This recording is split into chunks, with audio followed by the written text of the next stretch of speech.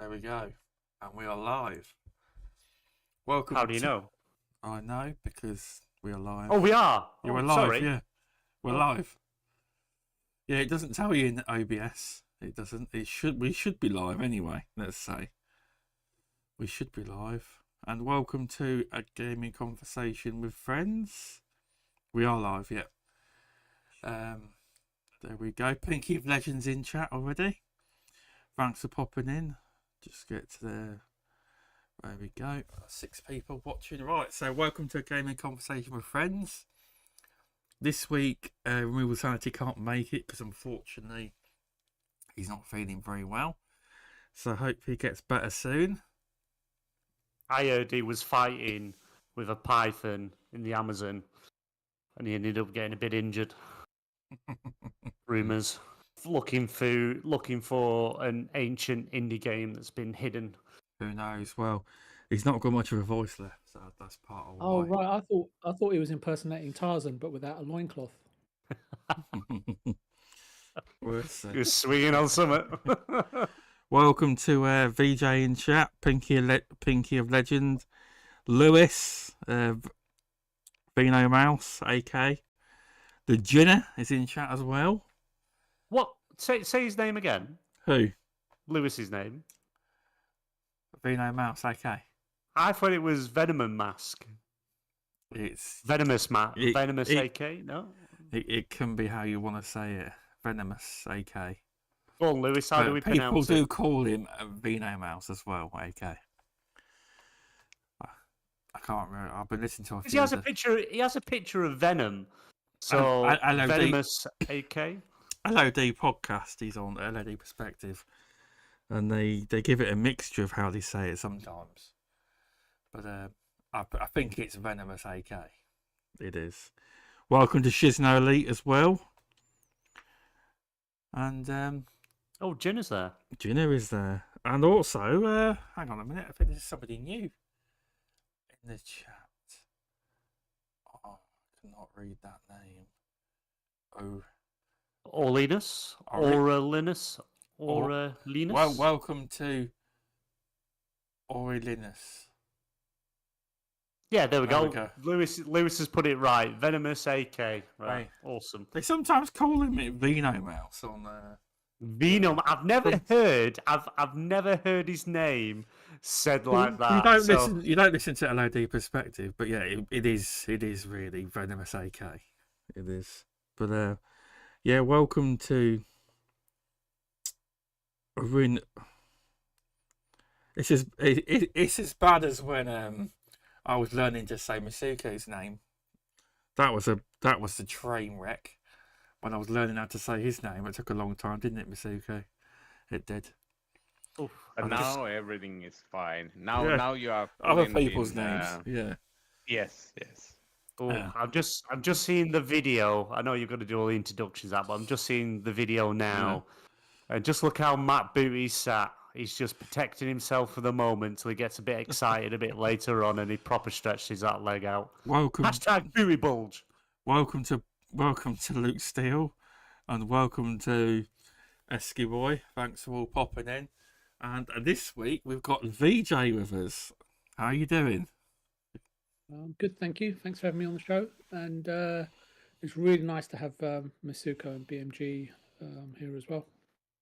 Yeah, looking forward to it. Good to hear. And Masuko, thanks for coming on.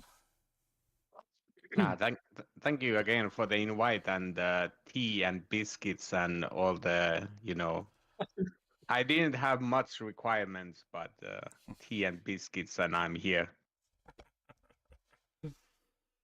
Oh, yeah, it's good to have you on again. And BMG, thanks for coming on. It's been a while. It has.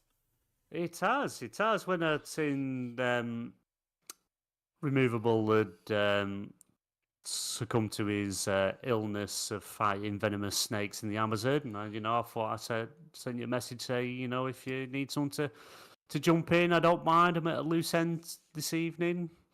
Helldivers servers are at capacity, and my dual sense died, so it's like, well, got nothing else to do, and I was annoying the wife. She was getting a bit annoyed because I was just sat there asking her questions about the show she was watching. So I needed something to do before I had to find somewhere else to sleep this evening. No, you were humming the tunes Only Fools and Horses. That's what got kicked out of the lounge. I now follow. It's ridiculous because I watch Only Fools and Horses, and I can just watch it, and I'm there. Even my kids will walk in saying, "Why do you find this funny?" Before anything's happened, because I'm like, "Cause I know what's coming." It's just you can't help it with Only Fools. It's one of them you can watch over again and again and again, and you just can't help but laughing. But I now follow a number of Only Fools and Horses centric things on Twitter/X, and every day I'm just getting bombarded with clips upon clips. And one of the clips I saw today, and it's one with Grandad in. It's Rodney's dating a 40-year-old, and Belle's like, 40? 40? And Rodney's like, there's nothing wrong with that. I says, yeah, if you're 50. And Grandad just turns around and says, even I would have to think twice.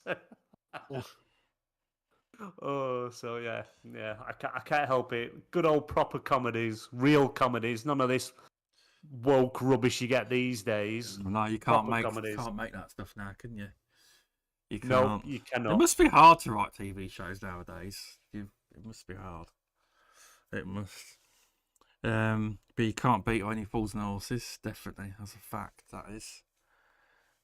And welcome to UK Dazarus. Thanks for popping in.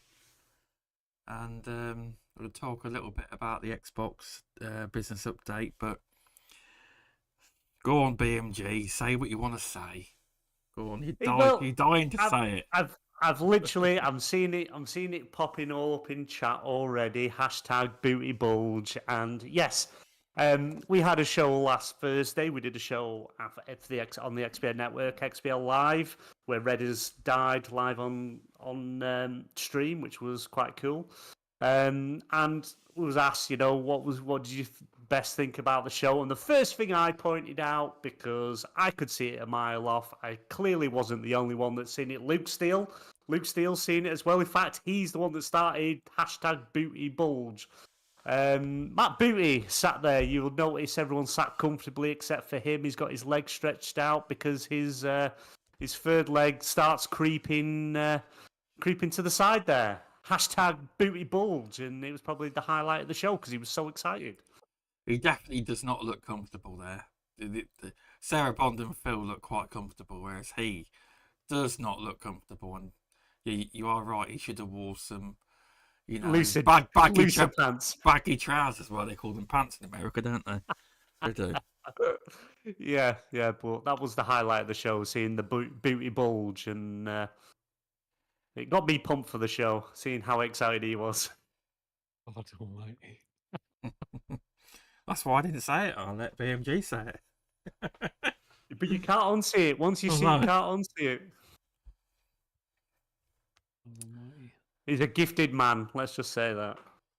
It must be if you've noticed his enlarged organ. Oh, yeah. It's like he's on a tripod. Oh my goodness. Pull the bedroom curtains back and there's his chopper. And we're not talking about his helicopter on the lawn.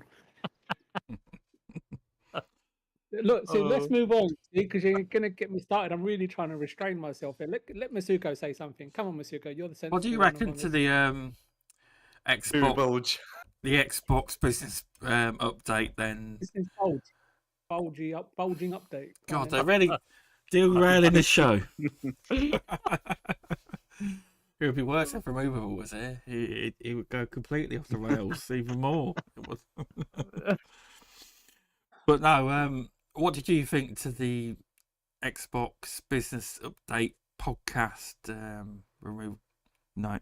Masuko, what did you reckon to it? Well,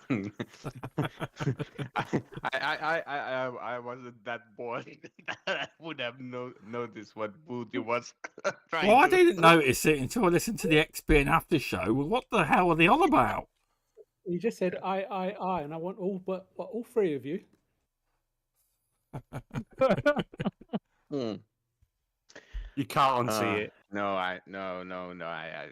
I think the show was fine. I think it was fine. There wasn't much much You know what? excitement. I was going to say, Masuka, we were talking about freezers before the show started. I bet you want to get a couple of sausages out of your deep freeze at the moment, yeah.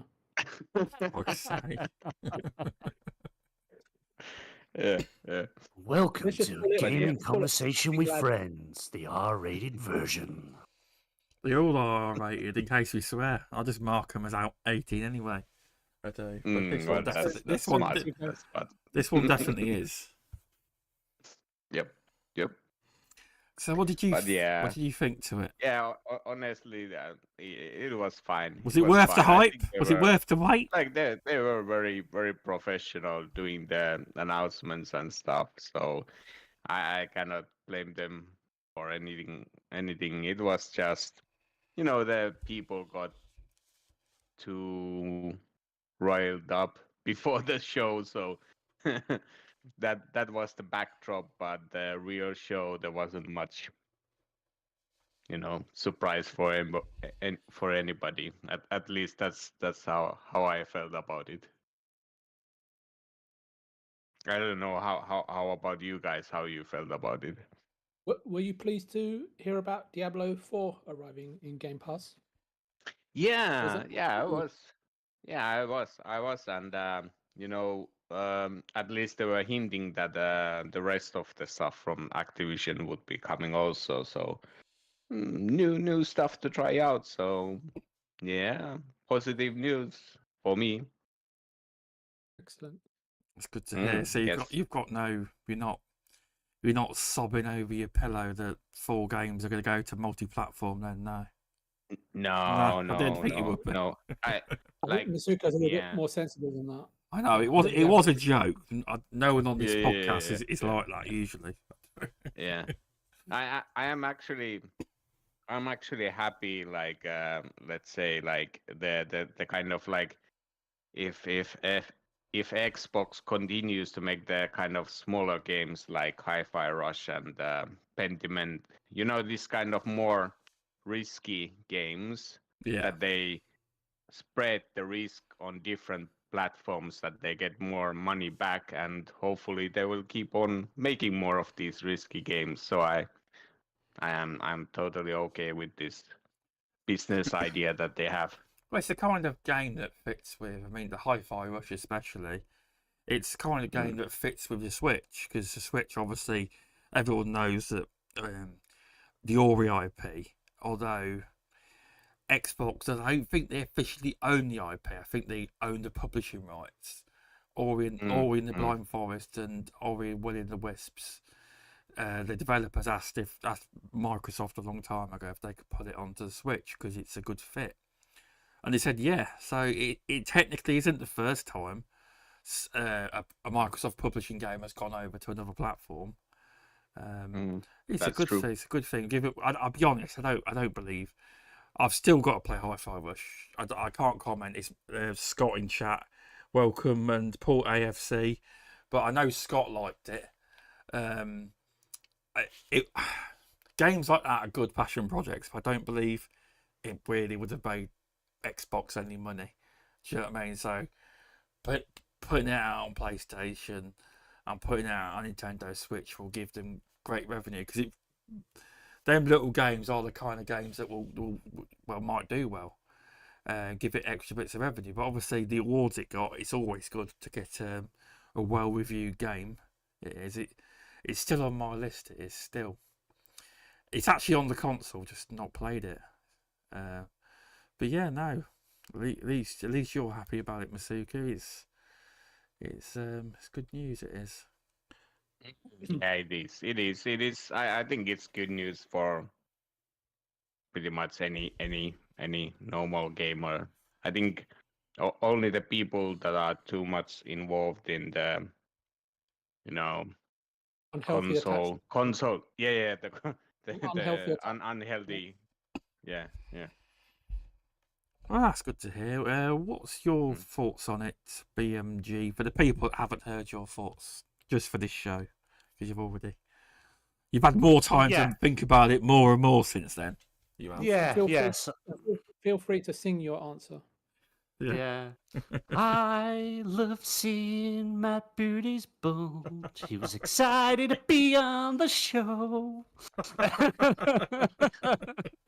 But yes, as everyone knows, my highlight of the show. I see Scott's in the chat and Luke's in the chat, and I'm disappointed in the pair of them.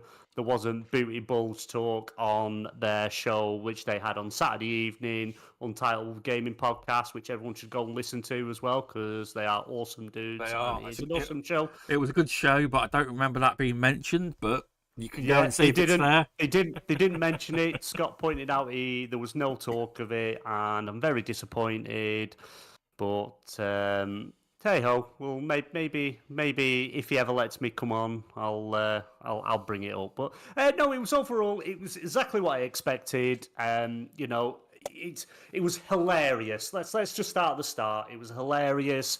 The week before, everyone selling their Xboxes, smashing them up. Oh, you know, I saw receipts. Oh, I got $300 for my for my Xbox Series X, getting a PS5 because all the exclusives and everything's coming over there. Literally, just everyone chucking everything out the pram and selling Xboxes because Xbox is dead and the rest of it. Yeah. And it turns out it's 4 games. Yes. It's 4 games initially. They're going to see how their games are going to do. What was it? 2 live service, 2 smaller games, which, yeah, fair enough. Because as me and you were talking today, Stubbs. Because I had to ring him about the Booty Balls. What were you on about? Just to confirm what I thought he was on about. I was like, I don't get it. I was like, but once you see it, it's just, you know, it's just that little eye winking at you. But honestly, I think the camera guy noticed, because I noticed that after that, the camera guy or woman kept zooming out, trying not to show him. Highlight of the show. It was a seller. You could tell he's the only one that was excited to be there, literally, physically excited to be there. But yeah, so we get the 4 games, as you know, Phil Spencer says, it's these 4 games. It was odd they didn't announce the games, but I understand why they didn't announce the games, because obviously contracts and you know, things that are in place to announce these games, because there's a rumored Nintendo Direct this week. Yeah. So I'm assuming Sea of Thieves, Hi-Fi Rush, if they're 2 of the games that's going to be there. But you know, we'll see where that goes from there. But he has set us up for 4 games, see how they do, and we'll see what comes after that, which we know there's going to be more games, because as we had a conversation earlier, they've sort of hit the ceiling of their player base, the people they're getting in and where the games are, the amount of money they've spent on ABK, on Bethesda, and acquiring other studios.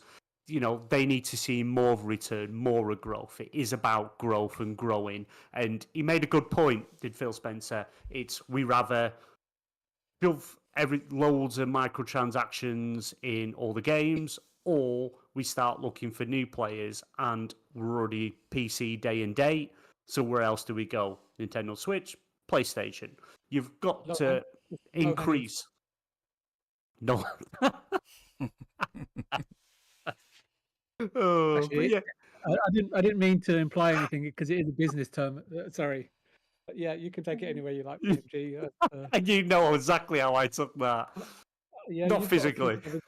You've got a few crevices we're not aware of. That's absolutely fine. Oh yes. But yeah, they've got to start broadening, looking other places, getting more plays in. Whether that's people buying it a la carte on PlayStation, because we already know from the whole FTC ABK thing that Game Pass won't be coming to Nintendo or PlayStation. So yeah, sell the games on their a la carte, get $70 for them. BMG, I've got a question for you. Just from your observations, when that episode dropped, the business update dropped, do you think it went it achieved what they wanted to achieve and just placated the whole fan base, or if that's what you want to call it? Do you think anybody had an issue with it? I haven't seen anyone have an issue with it, or but I don't look around as much, so I thought I'd just get your I opinion think on that. the biggest Is issue everyone that okay with it? yeah, the Basically. biggest issue people I think have had is the games weren't announced, and the fact that even though because he did an interview, Phil Spencer did an interview with The Verge, which actually gives a lot more insight and detail into stuff other than this. So if you haven't read that, highly recommend having a read of that.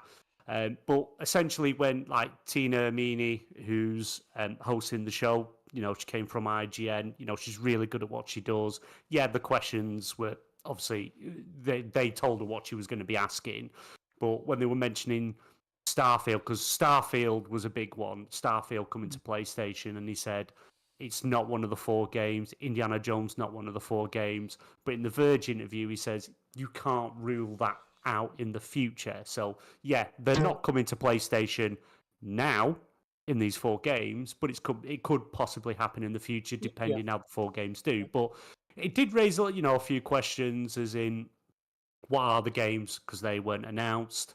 The likes of what's with Game Pass and stuff. I think that's kind of settled a few people, because Game Pass day and date wasn't going to happen in some of the rumors, and they put that to rest, saying no, all games are still coming to Game Pass day and date, day one.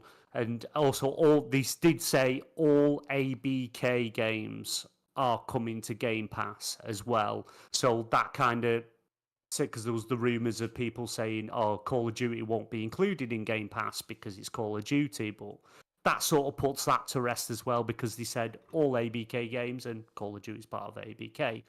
But I think it was just more of the issue. I would say it calmed a lot of people down. Personally, it's what I expected it was going to be. Announced it's going to be so many games, see how that goes, and then see where we go from there. But Phil Spencer says himself, in like 10 years' time, exclusivity is not going to be a thing. So again, he's preparing you for that future. So it's not this big shock. We can all look back and say, look, we did this show, we did this interview, and look, we told you eventually everything was going to go everywhere. And from the recent news that came out from PlayStation as well. I think I can see what you're saying. Is if you take the gaming communities, he seems like he's dragging a stubborn horse to water, and that water is the core of what Microsoft's one of Microsoft's business pillars, which is predominantly software and services, which they specialize in. And I think if tomorrow hardware went away, I think Microsoft and Xbox would be incredibly happy about it. But that's not happening tomorrow. So no, baby steps. Because at the end of the day, there is a lot of uproar. For me, it's a case of, well, if you don't like it, then get off your ass and do something about it. Otherwise, keep your proverbial mouth shut. Basically, you can vote. You can vote with your wallet, but just on games like Elden Ring and even Call of Duty, if you look at the ratio of software sales at full price on Xbox and PlayStation, it can go on to Game Pass, because predominantly the majority of full price sales will be on PlayStation and on PC, and going into the future. The ones that they potentially lose on Xbox will perhaps pass over to the Switch too. So and Game Pass, benefits from that, if that makes commercial sense. I'm sure I'm in the ballpark somewhere. I don't have the numbers in front of me because I'm not privy to those, but that would make sense as to why the majority of franchises would come to Game Pass from Activision, regardless of people putting their hands up and questioning sustainability. But I think they're smart enough to have figured that out right now. And the other thing I just wanted to say is that I don't really like division and conflict, and it's prevalent in the gaming community more so than ever. And these people would have you believe that they've been the benevolent sort, which is far from the case. I think they're the worst sort. And for me, it's a case of the one time that all gamers, it doesn't matter where you game, come together, is when a developer is affected. whether they've had layoffs or the game hasn't performed or someone's passed away or whatever, we always gravitate, we always combine, we always gather together when a developer hits a difficult point, you know, in their lifetime. So I think that with these games and with the budgets that some of these studios are afforded, I think that if more people have access to their content, and because they're all cost centers, right, in the accounts department, right, they're not, oh, this studio is XYZ, you know, the accountants just look at everything very coldly, and it'll be a cost center, you know, whether it's Arcane Studios, whether it's a studio over at Activision, or whether it's Tango Softworks in Japan or ID Software or whatever. And if they're a cost center, then the only way that that studio benefits from better infrastructure, better technology, higher standard of staff, higher standard of life work benefits in terms of not having to crunch, is if the content that delivering after 3 or 4 years is generating more revenue and bottom line, because that also means is that they have more time to make the next game, able to take more risks, not in full production, but in conceptual stage and pre-production stage. And if the game does reasonably well or exceptionally well, that also means more royalty, you know, or bonuses, right, for developers every quarter, you know. So the benefit, if you really want great games, if you really want creativity, if you really want studios to take risk, if you really want, you know, Arcane France to have the same budget as for Blade as Insomniac had for purportedly had, sorry, I should add, for Spider-Man 2, I believe it was, then you should want their games on as many possible outlets, be it a service, be it other hardware as possible, because ultimately that's what you pine for, right? Yeah, I will say one thing though, I should shut. about it. But just to add to the conversation, if Xbox didn't have hardware, Xbox would be would be a lot less profitable, even though they're being third party, because you got to remember, like with PlayStation and Xbox, a big majority of their profits come from the 30% from the Fortnites. And 70%. Yeah, they get 70%. If say you I thought you get I thought the developer. No, the developer takes 30%. So say Fortnite, for example. okay. So if you buy a microtransaction for $10 in Fortnite, Microsoft gets 70% of that. And same for PlayStation. Epic, yeah, and Epic would get 30%. That's how it works. So if there was no hardware, they would be down a lot of money as well. They would. Yeah, because you'd lose like the third party support, the behind it. The Roblox money. But I feel like an investor in that, I do. BMG, could you just say that again? Because I didn't quite catch. So okay, if I only know. Oh no! Traditional game. Hold on. Scott's saying the publishers get 70, but that's right. But Xbox would only get 30% of the Fortnite. Yeah, sorry, I got it the wrong way round. But yeah, no, you are right. Sorry, I did get it the wrong way round because I just looked at it. Yeah. So they're getting a percentage. However, now if it's a COD game, they would get 70%. Going forward.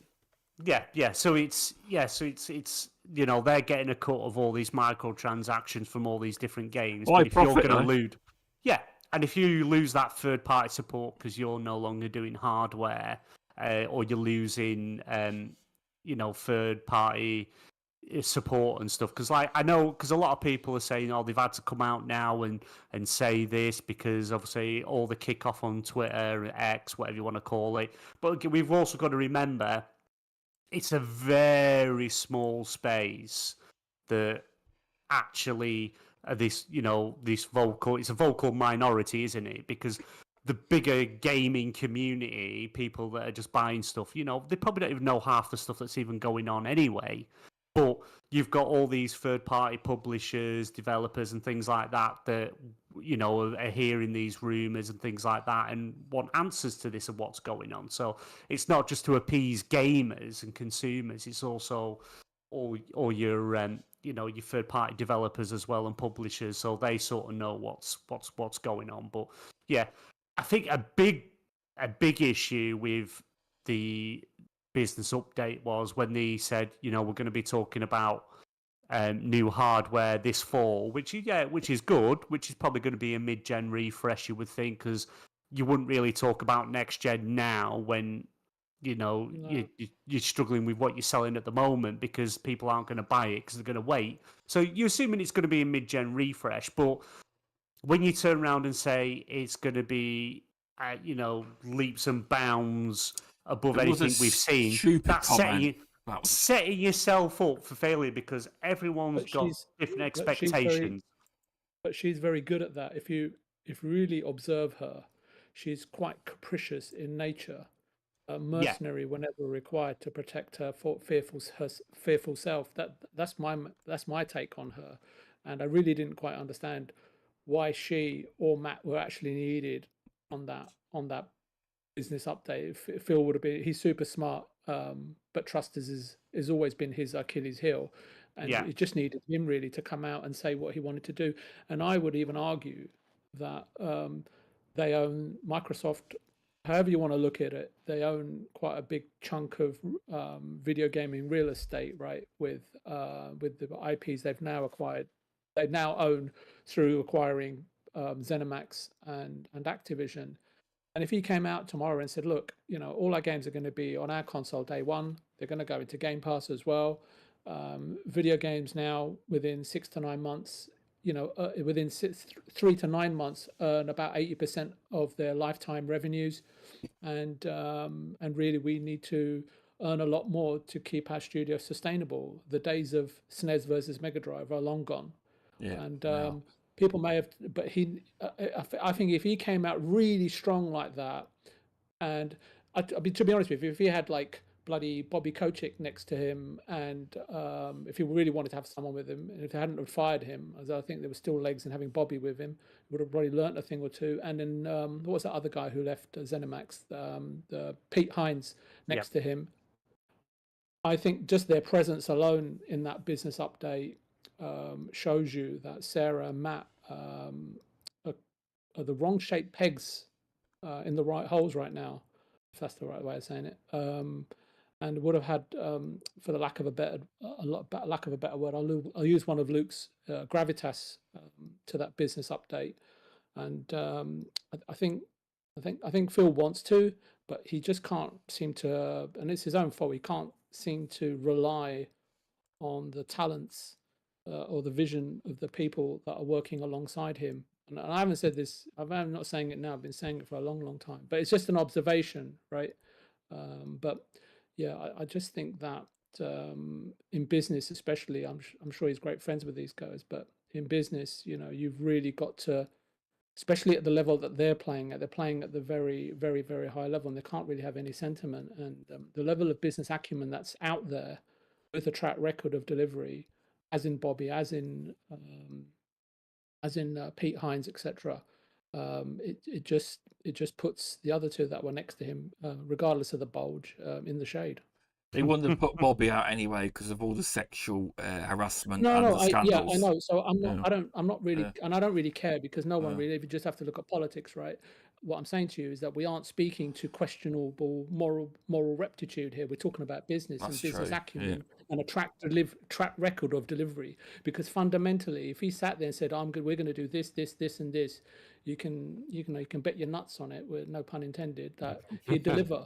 But the other two, I don't know, what's that, wet lettuces at best, right? So, and I think that has a lot to do with how the Xbox division is perceived, and that's on the back of spending nigh on $100 billion. You shouldn't be perceived like that. You should be perceived pretty fearsomely. And when those two speak, the first thing that came to mind, not Phill, the other two, the first thing that came to my mind is that dogs really shouldn't bark where lions dwell. So, but anyway, that was my sort of takeaways from it. Not that they were very groundbreaking or anything or observational, but yeah. No, but yeah, they pretty much just set us up for 4 initial games, dip our toes in, see how well they do, and if they do well and they're successful, then you're going to see more games come over. And like as PlayStation, the new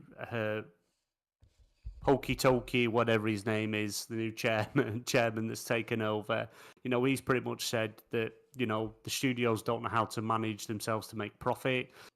We sort of need to look at gains of new revenue because the way things are going at the moment, we're not making as much. In fact, PlayStation's losing money.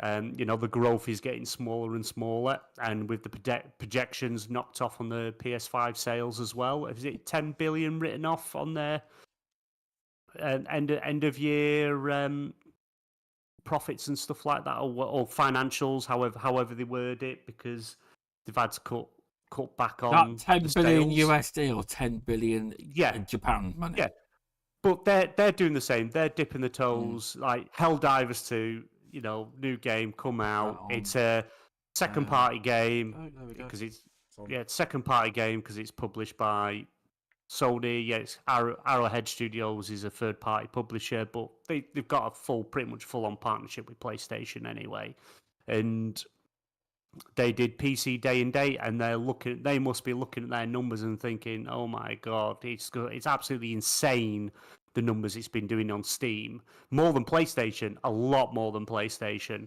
and they must be looking at and thinking, right, what's the next game that we can put in on day and date with PC, and then you'll see more, and eventually it's just going to be everything's going to be day and date with PC, like Xbox does, and then we may see eventually, which I think they will do, we'll see growth there, and then when that starts slowing down and they sort of hit the ceiling with that, then what do?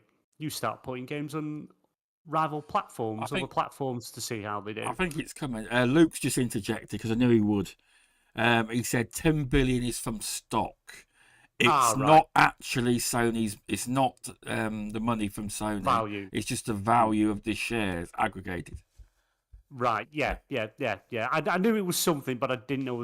Couldn't remember exactly what it was. Cheers for clearing that up. Welcome to Indie Gamer and Goat Force. Thanks for popping in. Good evening. But yeah, it's everyone's. I still see a future where eventually, maybe not Nintendo, they're in their own lane, but Xbox and PlayStation have their games on each other's platforms eventually. So because they all need as many game sales as they can get. Personally, I've got both consoles. I would love to see all PlayStation games, all Xbox games on each other's consoles. I'd love it. For me, as a consumer, not a problem. But obviously, as it stands at the moment, it doesn't make business sense because of the amount they're losing, like microtransactions and things like that, and third party support and things like that. So I understand why not. You've got to do it slowly, because the gaming community is, as like VJ said, leading a horse to water, the stubborn horse to water. You can't just go all in there and then, because it will just it'll go absolutely insane. You've got to do things gradually, let people get used to it, then introduce more, and then we're just used to it. Like if you remember Phil Spencer, didn't he say, and I'm going back to like an old interview, that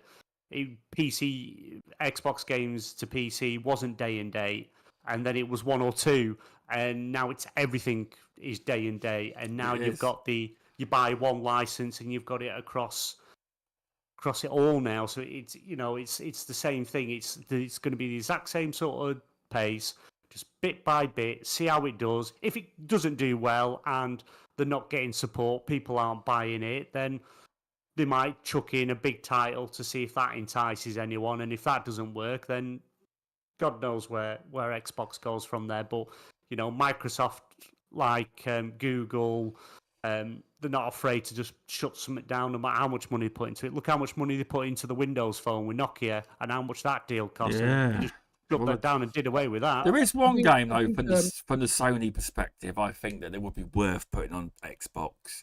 And it's only one game. I just believe that. I know there's a sad campaign going on. 30,000 people have signed it about putting Helldivers 2 onto the Xbox. But I do think a game like that would benefit. I do. I don't think it would take away from PlayStation.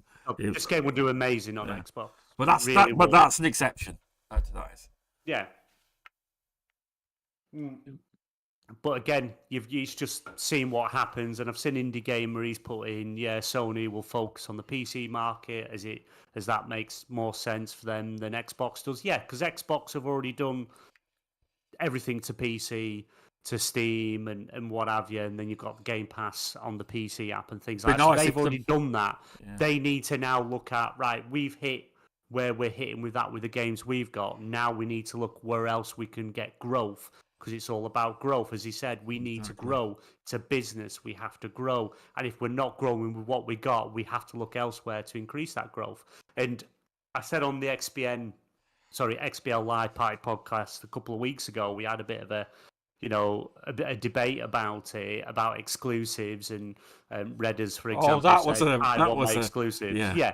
And my argument was, well, what has exclusives done for Xbox? Because they haven't, even though the exclusives they've been releasing and released, it hasn't actually done Xbox any good. It hasn't brought in these major players saying, I have to have an Xbox. It hasn't. And my argument was that getting it out to more people will obviously make more growth, more players, more people to experience it. Because for me, everyone should be able to play every game without barriers, but it's just not the way the world works. But exclusives just on Xbox aren't working. It isn't enticing people to come over to the Xbox ecosystem and buy Xbox hardware. It's not. In Game Pass, we look at the numbers for Game Pass as well. As they announced in the show, 34 million. And Phil Spencer did confirm to The Verge in the interview that 34 million includes Xbox Gold members being converted to Xbox Game Pass Core. That probably means a lot of them cancelled as well. Yeah, and because what was it? Was it last? I can't remember if it was last year or the year before. I'm sure it was last year when they last announced numbers. It was 22 million? Something like 22 or 25. Yeah, 22, 25 million. So somewhere around there. And then they've converted everyone that's on Xbox Live over to that. Put them at 34 million now. So yeah, that says they've actually lost people, not gained. So does that mean that? Sorry to sound really dumb here, but does that mean that those 34 million people are subscribed to Game Pass and can access Game Pass games and play them? Is it's that right? core. Not all of them. It's on about core. Yeah. It's core as well. Yeah, that's included. I'm asking is if people that are subscribed to core, can they play Game Pass games? Only a titles. A selection of 100 titles. So it's and it's like a rotating thing. So every so often they change so many games in and out. Do they have access to first-party games like Diablo, etc.? Only a handful. No. Yeah, Diablo's not included. That was pointed out. It's only a handful. I don't even know Starfield's in there. So then, what Stubb said a couple of weeks back, if you take the Switch, PlayStation, and Xbox gamers, console gamers make up for almost between the hardware formats make up about 200 million users. So even giving the game away on a subscription service, because their hardware's nowhere near the numbers that people assume they are, they're only really, at best, having their games like Starfield reach 15%. Let's be generous, 20% of the console game user base. So, and I'm pretty sure, I can't be 100% sure because it's not out yet, but you'd have to say that if you look at, they only have to look at the Call of Duty sales on PlayStation versus Xbox, and Elden Ring, right, which is like 10-1 in Europe in favor of PlayStation, that there's a hell of a lot of revenue and bottom line, regardless of the conversion costs, which wouldn't be much from console to console, given the fact that fundamentally they're very, very similar machines. There's a hell of a lot of revenue and bottom line on the table. And I think that what you just mentioned about 5-10 minutes ago, BMG, forgive me if I've got this wrong, is that you mentioned something along the lines that exclusives over the last 10 years, even when they even scooped up Mass Effect and Tomb Raider for a period, right, that hasn't moved the needle for Xbox as a must-have system, because it has these exclusives on a sustainable and a continuous and a consistent and qualitative level every quarter or every 6 months even. They Yeah. just haven't managed to do it, and I think that right now with Game Pass, I'm not saying from in terms of a 1, 2, 3 year strategy, because obviously what their strategy is eventually to have no systems and be a software and services company. But while we're on the road to that, because that's the goal, right? We're still in the journey at the moment, or 10 or 15 year journey, or whatever it is that like you said, they're trying to placate the audience at the moment, make sure people are on side and understand why they're doing what they're doing. But at the same time, I think they could be a little bit braver and a little bit more aggressive and say, look, this is what these things cost to make, and this is why they're going across to other services. But look, if you're with Xbox, you'll get the experience on day one, and you'll get it in Game Pass. And when it does come to other systems in 6 to 9 to 12 months time, no different from the movie industry, right? You know, before, I remember in the 80s and 90s, we'd have to wait 6 months before movies came over from the US. You know, now they're on straight to DVD within 3 months of a $300 million film coming out. So we're heading towards that. It's not as if it's like some sort of incredible insight. We've already seen it happening in other industries, to other forms of media. The fact is that, as I say, they own so much real estate now. It's hard for them. I don't see why they a little bit braver and say, look, this is the roadmap, this is how aggressive we're going to be, and we're going to continue to make hardware. And there's very little money in hardware, right? And the lifespan of consoles isn't dictated by technology per se. It's about, remember, it's not just first party making investments, it's all the third parties, EA, Activision before they were acquired, Capcom. They all make massive investments into their pipelines and into training their teams for a next gen system, and it's all down to software sales. That's where they make their money. Yeah. And I was speaking to Stubz about this about 2-3 years ago. Jim Ryan was, you might remember this, BMG, because you're more of a Sony follower than I am. Jim Ryan came up on stage and said, look, we've sold 116 million consoles, and then immediately skipped over that and went to, and our software sales have been 1.2 billion. And I said, that's where your money is, that's where your synergy is, that tie ratio of 10 to 1. So as long as, whether they sell 50 million consoles, 60 million consoles, 100 million consoles, as long as the software tie ratio is 10 to 1, or in ratio 20 to 1, or whatever it ends up, for them to be sustainable, they'll continue with this hardware, perhaps with a mid-gen refresh or not, before any possibility of the PS6 or Xbox Series X2 or whatever the hell it's going to be called. So always look at the software tie ratio, and then that just comes down to them being creative enough to create content that consumers want to buy. And that, as I think Phil quite rightly said, look, it's a hit-driven market, and we need more studios making more games. And this is going back to something we were talking about at the beginning of the show, right? Games will always get cancelled because conceptual stages, pre-production stages aren't as expensive as nowhere near as expensive, nowhere near as prohibitive. So you can have 10, 15 games in pre-production stage, and the games that we hear about that are cancelled, there's a lot more that are cancelled than we hear about. And I think something else you were saying earlier, Mr. Stubbs, about games being cancelled and millions of dollars being written off. I would also say that Sony, Nintendo, and Microsoft will probably have about a $10 billion R&D budget, right, across all their divisions, right, and probably 80% or 85% of that never comes to fruition either. Much like even in the car industry. So, but it just seems that when this stuff comes out, it's always news. It's always the sky is falling, and I think that's what perturbs me from even speaking about it. But I thought I'd just mention it today for a change. I just need to make a correction because Scott just put me right. I'd said it was 100 games in Xbox Core. It's not. It's about 25 to 30 games. 36. Older titles like, for example, as Scott puts it, it's like Forza Horizon 4 and not 5, like Master Chief Collection, but not Halo Infinite. That doesn't seem like enough to me to be subscribed to a service. So are there other benefits to Core, or am I missing something?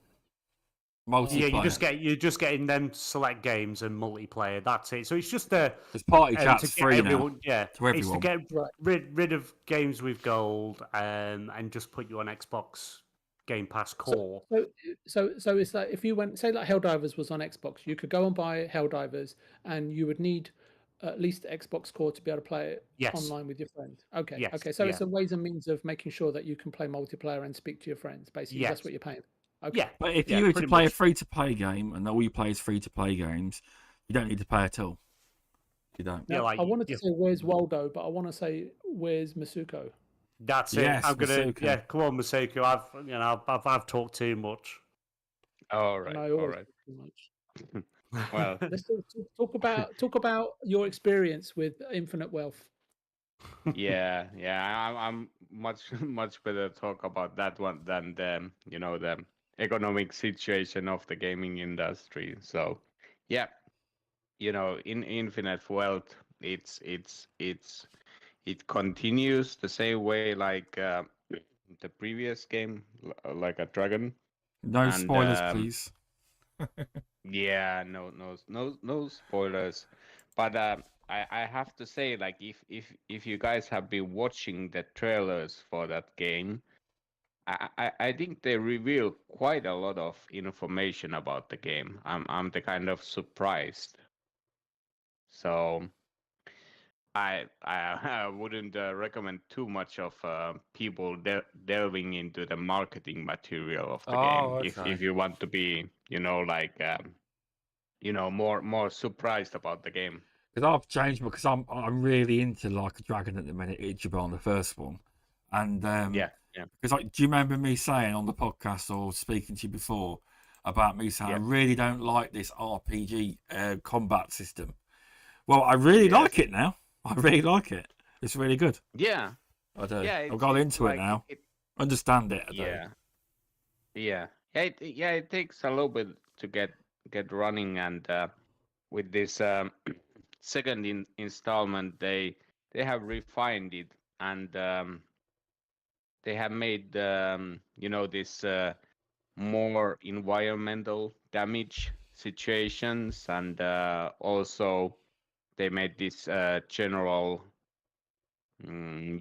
direction of the let's say that there is like that you can like hit the person towards another character, and then they will continue punching after each other. So there is like this kind of you can like loop the get some extra damage, and it's of course the like the previous game, they had also similar system, but it wasn't like you didn't have to do any of the directional thinking while playing the game. You just had to improve the, now I'm thinking persona, they are not called social links in this game, but similar concept, like just increase the like talking with the characters and get to know them, and that will increase the chances of these chained events. So Okay. yeah, so similar situation, but just making it more involved, I would say. Okay. More in depth. Yeah. Yeah. So is the English dubs still rubbish? I hate Well, because I don't like them in the first one because it's in nuances to get wrong. It's like you'll see a big ass dude going to beat you up, and you go, it make a noise like an English person would make, not a Japanese. It just doesn't sound as badass. I had to pull it back to Japanese pretty quickly. I did. Yeah. Well. The thing is, like, if you enjoy like anime, so there is like so many famous voice actors in the Japanese voice track that it's incredible. There is like, and they are like this kind of very. It's easy to recognize them, and you are like, oh yeah, this guy from Ghost in the Shell, this guy from Gurren Lagann and so on. So Yeah. it's Very like distinct. yeah, very distinct,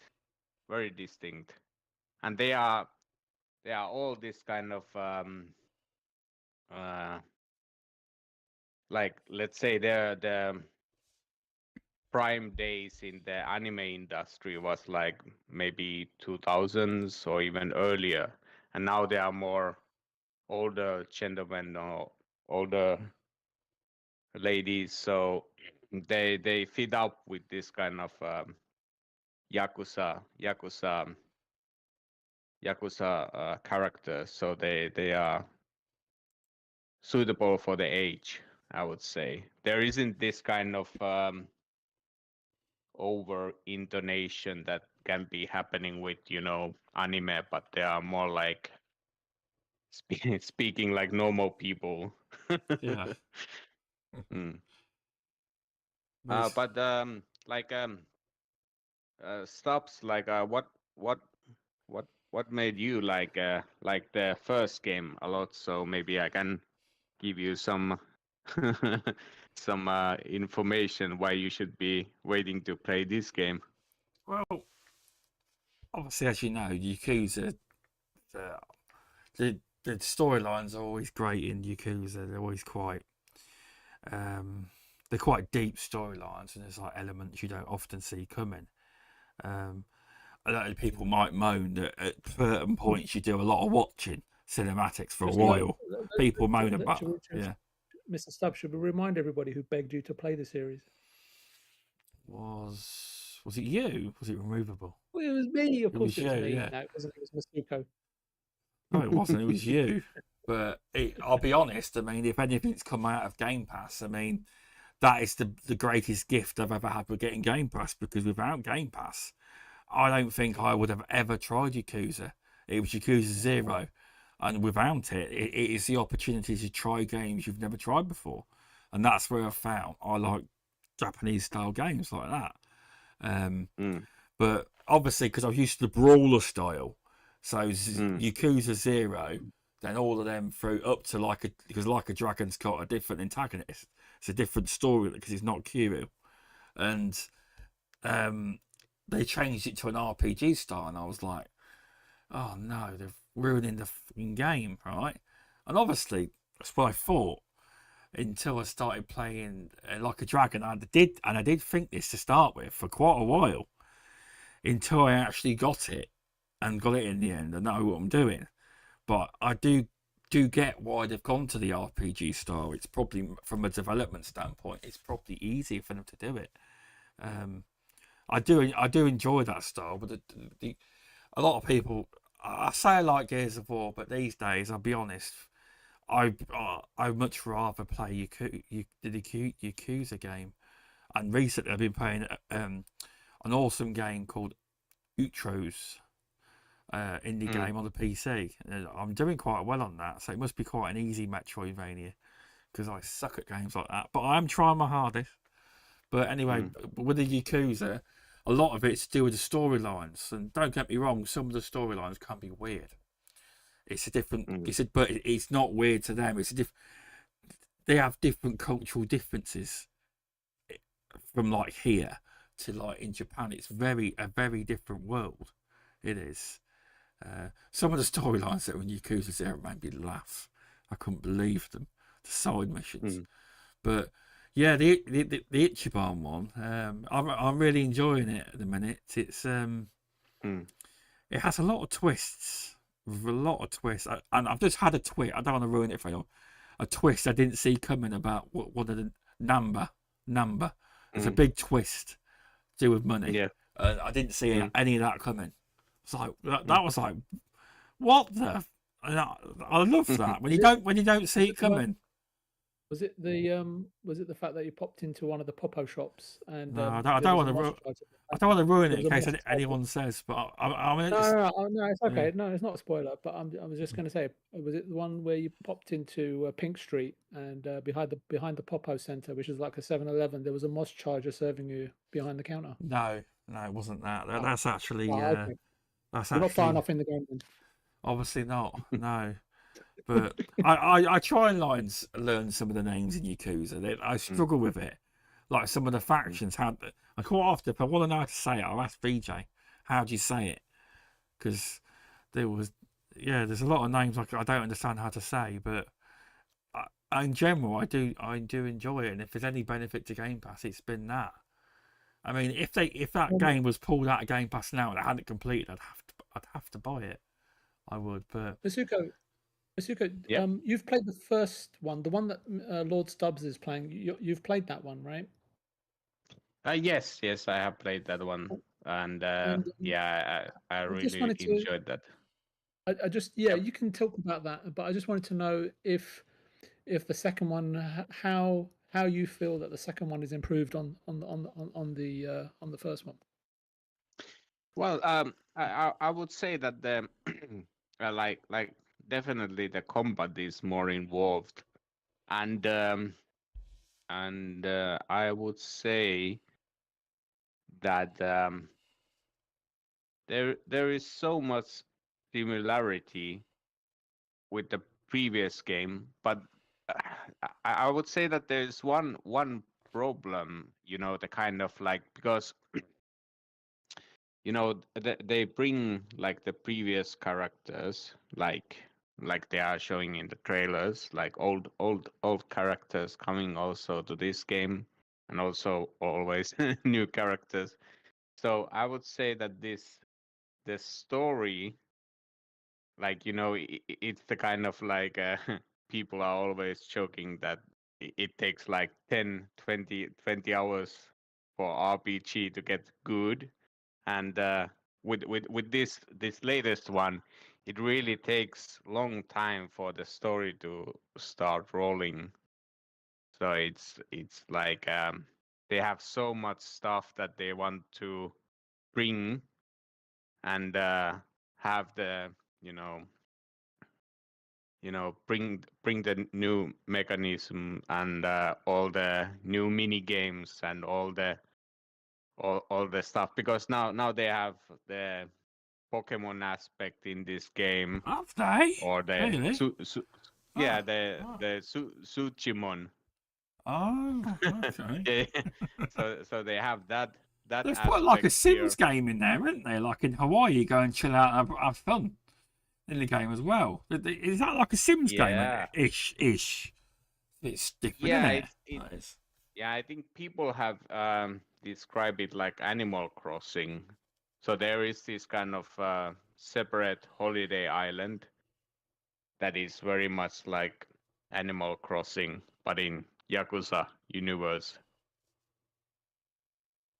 So Yeah, that's crazy. That Did, is. So- did you play Like a Dragon? Not Ichiban's, Kiryu-san's last outing in the Yakuza series that was in Game Pass.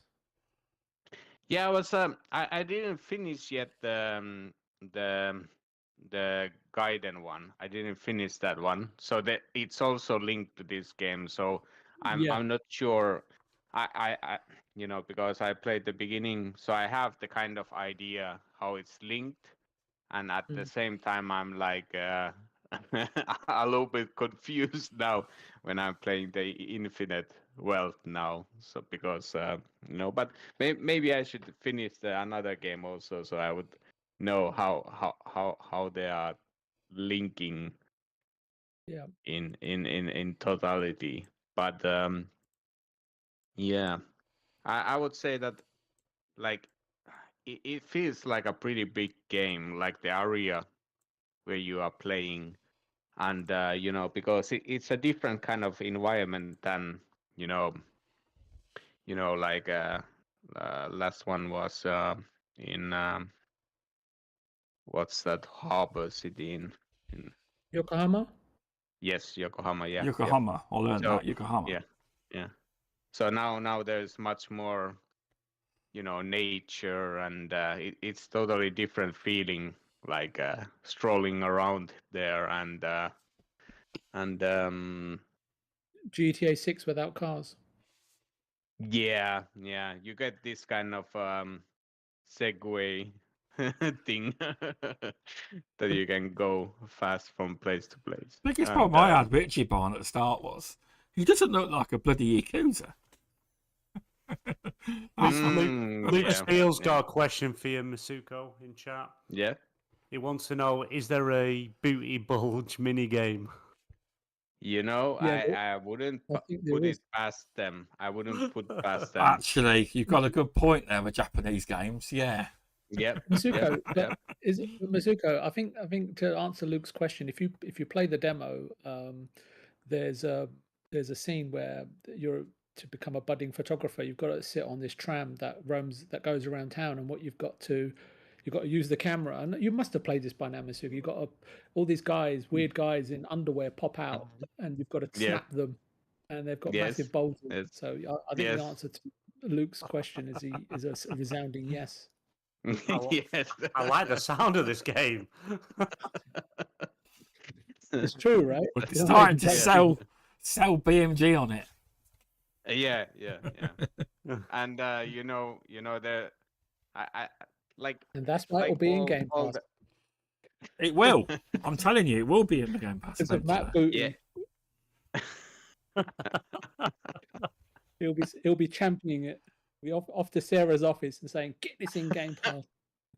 with his legs me stretched out. There's a mini game in there with me modelling without my pants on. Oh yeah. Hashtag booty bulge. Yeah, it is great game, and yeah, if you like the first one, definitely try it out or wait until it's coming to Game Pass.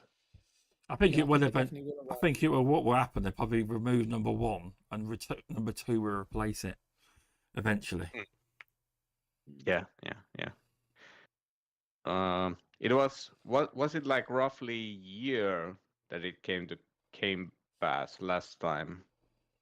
I thought it was on day and date, or if not, it was. No, a it couple months wasn't. After. It wasn't day and date. I don't think because I think Then it wasn't. Then it wasn't long after. It wasn't definitely not long after.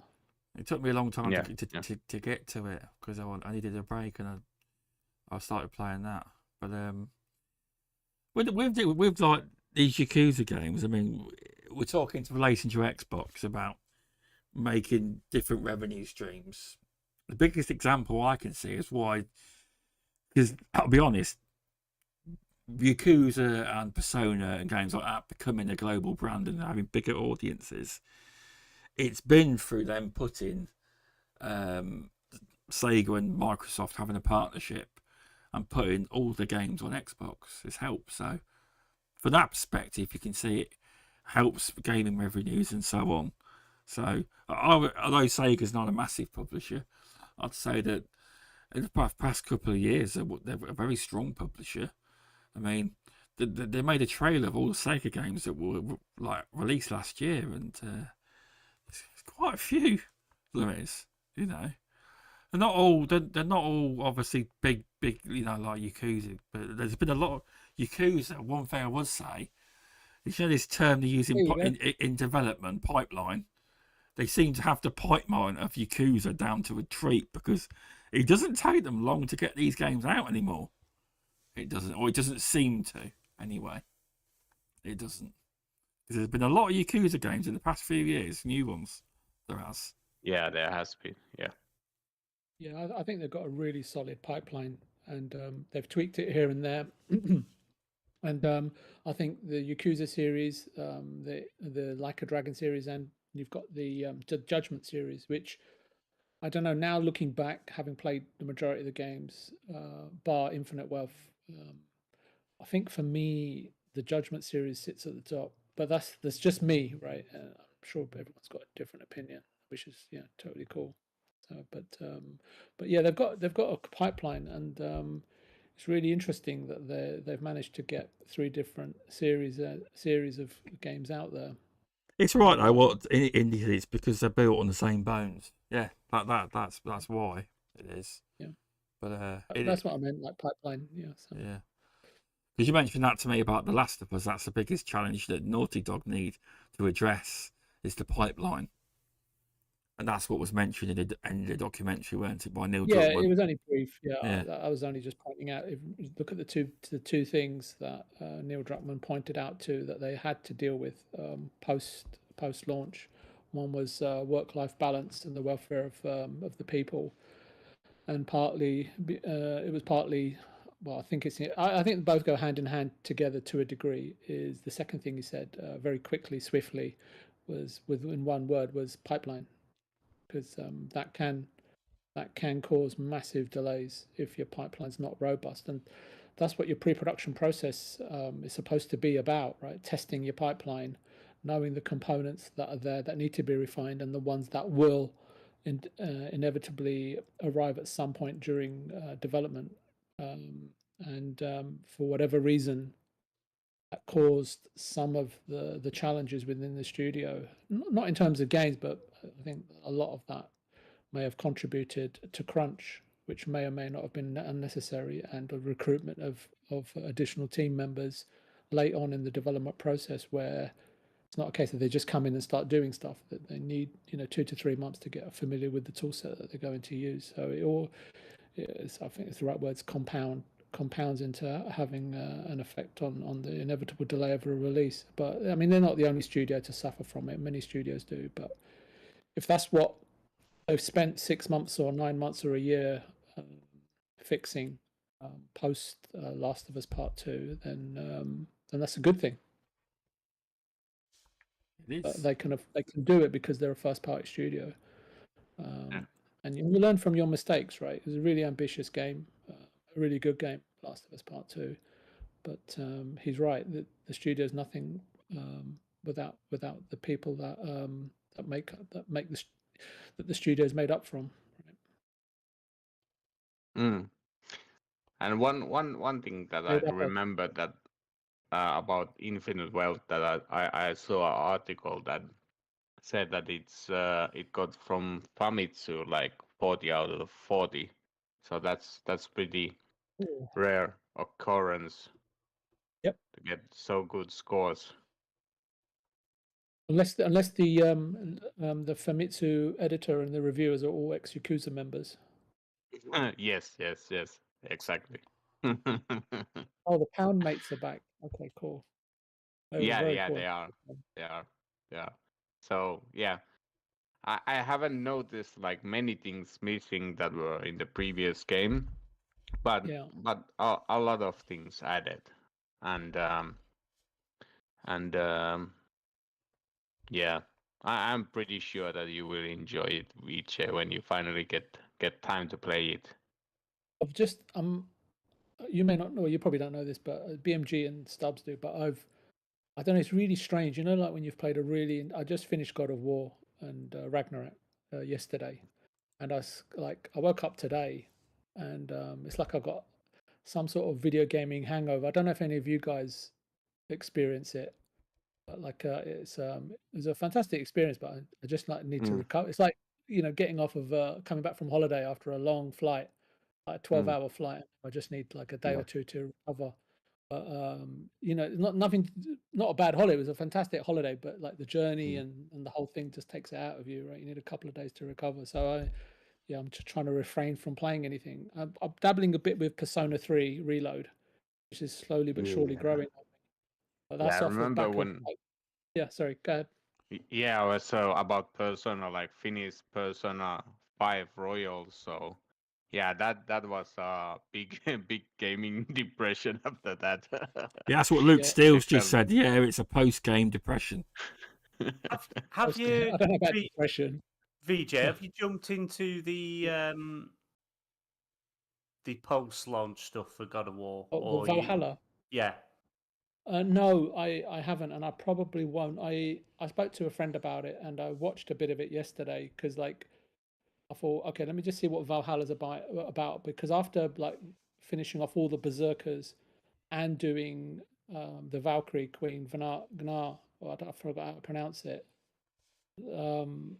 I had a look. It only took me a couple of hours to kill both of the last Berserker and Gnar, but like listening to people saying that they've took them 2 days and smashed their controllers, and I thought, I'm not a massive roguelike fan. I haven't played Valhalla. I've watched a bit of it, and I thought, you know what, I've done my bit as Kratos now. I just want to move on. Please let me go. That's fair. It was a That's fantastic fair game. enough.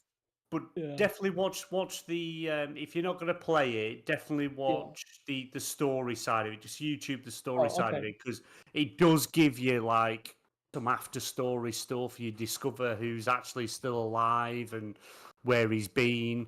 I won't say the names, but He's but probably been karaoke with you, isn't he? very likely. Very, it's possible. Probably singing Christmas songs with me. You never Or know. enjoying an Arctic roll in Finland with Masuko, or fish and That's chips it. with Stubz. That's it. But it's definitely watch that if you're not going to play it, which is fair enough. Just watch, because it does give you some more context with the story and the direction it could quite possibly go in next, should they do another game. So definitely watch it. Definitely watch it. Yeah. There might be some truth to what Luke is saying. I don't want to go into about it too much, but basically what happened to me, BMG, was that like majority of the game, I went through the game with I think it was called the Gipmunda armor set and the Realm Shift wrist wraps and girdle or whatever it's called, and I had a kind of like a luck slash cooldown build going, and there's infinite possibilities in that game almost. Yeah. And it was driving me insane, but I got through most of the game, and then when I got to the berserkers and when I got to I struggled, so I had to, and by that time I was kind of fluent in terms of how I was approaching battle, my dodges. I knew roughly when my cooldowns were going to happen. I knew when to thrust my axe or do whiplash, or you suddenly you get into a rhythm. Does that make sense? A bit like the fight in Hollow Knight with the Mantis, and Luke and Indy will know what I'm talking about. You get into a rhythm. And then when I had to, and even with the charm system, right, in Hollow Knight, you get into a rhythm. But if you switch up the charm system in Hollow Knight, it doesn't really have that much of a bearing in terms of how you played and in terms of your control system and the rhythm that you get. They just aid you in combat. But with God of War, it's very different. And what I found, BMG, was that my timings had gone off, right? I went with a more powerful build, more heavy hitting build, right? And not relying on dodging, but being more aggressive. Become a berserker to beat the berserkers, so to speak. If you can't beat them, join them. And and it was the only times that I ended up having to use what were those, the resurrection stone, etc. And I also switched up the fury. You can switch between fury, valor, and wrath.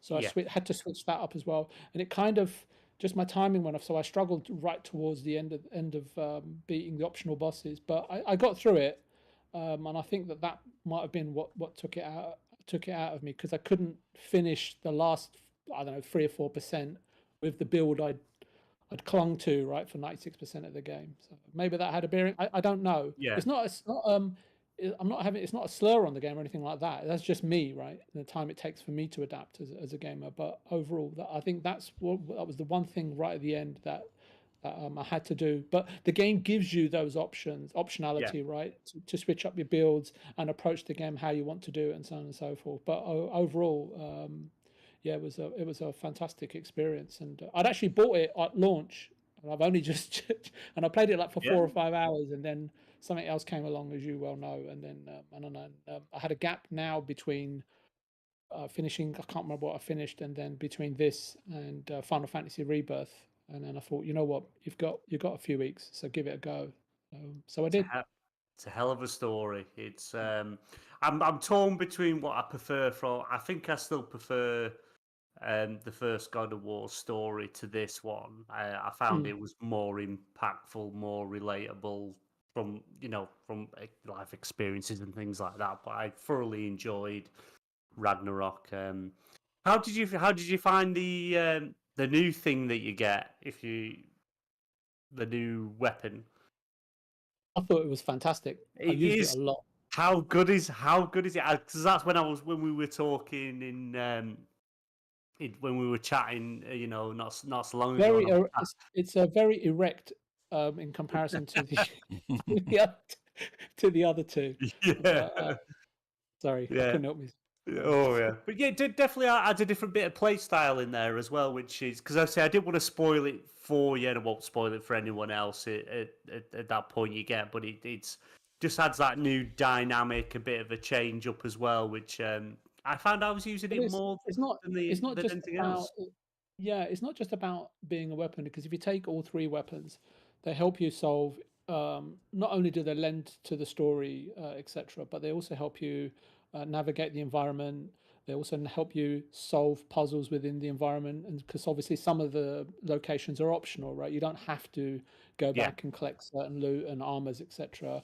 But the spear and the axe and the blaze help, in that respect. So it wasn't necessarily just that, oh, it's this weapon and it's being added to the game for whatever purpose, just to give it size and girth or whatever. It was added in there seamlessly, and it's fantastic. Besides the fact that it's got so many connotations to it, besides the fact that it's fantastic to wield and the abilities that it offers you, and in some cases, unless you're fighting certain specific enemies that have got frost shields or fire shields, etc., where you're forced to switch.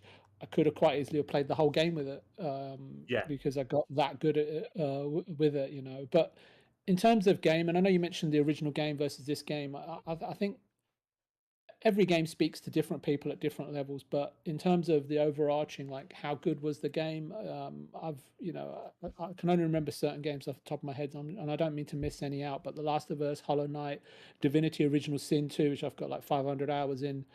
Zelda: Tears of the Kingdom last year, Yakuza 0, Persona 5 Royale, Resident Evil 4 from back in the day when it was released on GameCube, Final Fantasy 7, the original Dragon Quest 8, God of War, the Jaffe edition, and even Corey's 28 version.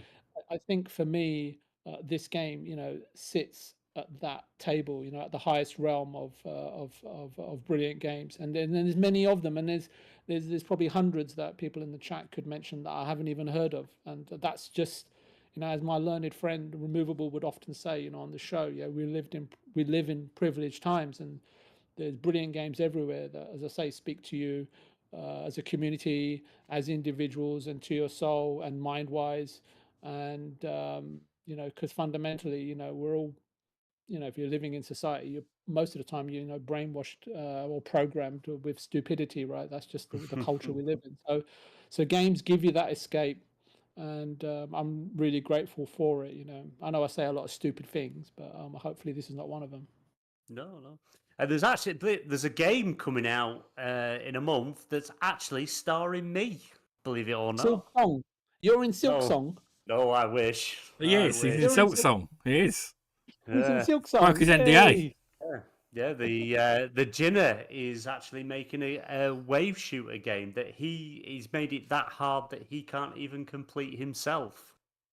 So there's Is it on it? Is it on Itch or is it Itch the site? I have no idea. He's gonna let us know more. The tagline for the game? There's a site. There's a website you can make games on for free. I think it's Itch. I think it's something like that. It's got Judzilla to do the music for it, but essentially it's a wave defender shooter thing, and it's me protecting Fosters. So I'm looking forward to trying that when that comes out. Don't think there's much meaning and story to it, but it should be fun. Fair enough. I've got some news. Got updated. Cheers, Esky Boy, for messaging me. There is going to be a Nintendo Direct on the 21st of this month. So that will be, what day? Monday, Tuesday? Wednesday. 6 a.m. PT. I don't know what UK time is for it. But that's probably where this Hi-Fi Rush is going to be announced. And whatever games are coming out. Sea of Thieves. Sea of Thieves, maybe. But yeah, that Nintendo Direct's been announced. It has. That's probably why they couldn't mention what games. Maybe it's all included. Yeah, I see Nintendo. Don't get me wrong. Back in the 90s and that, I was all for Nintendo, Super Nintendo. I think I had the Wii. I've had the GameCube. In fact, the only reason I got the GameCube is because I wanted Metal Gear Solid Twin Snakes. And once I completed that game, I took it back to Blockbuster and traded it in for. I can't remember what did I trade it in for. I can't remember what I traded it in for, to be honest. But I Sonic? traded it in anyway. Sonic? No, it won't. You know, one day, right? I hope Microsoft they buy Sega. Oh, don't get me started. They sack everyone that ever worked on a Sonic game, and they put the IP in the same bin as Scalebound. Oh. That's my place on that thing. Oh. But yeah, no, I've not. Nintendo, I've always fallen off. It's I've had the Game Boy and the Game Boy Advance and things like that, but it's just like the Switch doesn't interest me. I think I've got 3 in the house. The kids have got them, and it's just not. I've just not been interested in them for a very, very long time. Don't get me wrong, if they released a remake of Super Mario World, I would buy one just for a remake of Super Mario World. Because to me, that's one of the best Nintendo games that's ever been made. But yeah, Nintendo's not really my thing to be honest. You've heard that, Nintendo. If you want to sell a game, that's what you've got to make. To be fair, though, I mean, when it comes to exclusives, the only company that truly cleans up on their tax rate is Nintendo. Some of them games sell in the region of 50 to 70 million copies. It's incredible. It really is. It's crazy because they keep making like Jez Corden from the Xbox 2 podcast. He's talked about a few times where even as a kid and as an adult, he's always been a huge Pokemon fan. He's bought every single one of them, but like the last 2 or 3, the games have been broken. They've been literally shoddy copies of the previous game, but yet they just sell millions upon millions upon millions of copies because it's Pokemon. You know what, VJ, the games are awful. I was speaking to VJ the other day on the phone about Switch came up, and he said, "I wonder how many copies of these, like exclusives, like Mario or whatever. How many people lost their cars are rebuying them?" That's what he said. Didn't you, VJ? You know what I mean? Yeah, I was I was just wondering. I mean, they're quite small, and people travel around with them. I'm sure people lose those little cartridges here and there, and I'm just wondering, like, how many people pay to replace them? It must be a fair few. But I know we'll never get to know, but I'm sure there's a percentage out there, right, that lose their small little carts. I haven't lost any, thank goodness, but yeah, because I don't really travel with my Switch. Have you got? I used to travel. Have you got the physical copy of Hollow Knight on the Switch?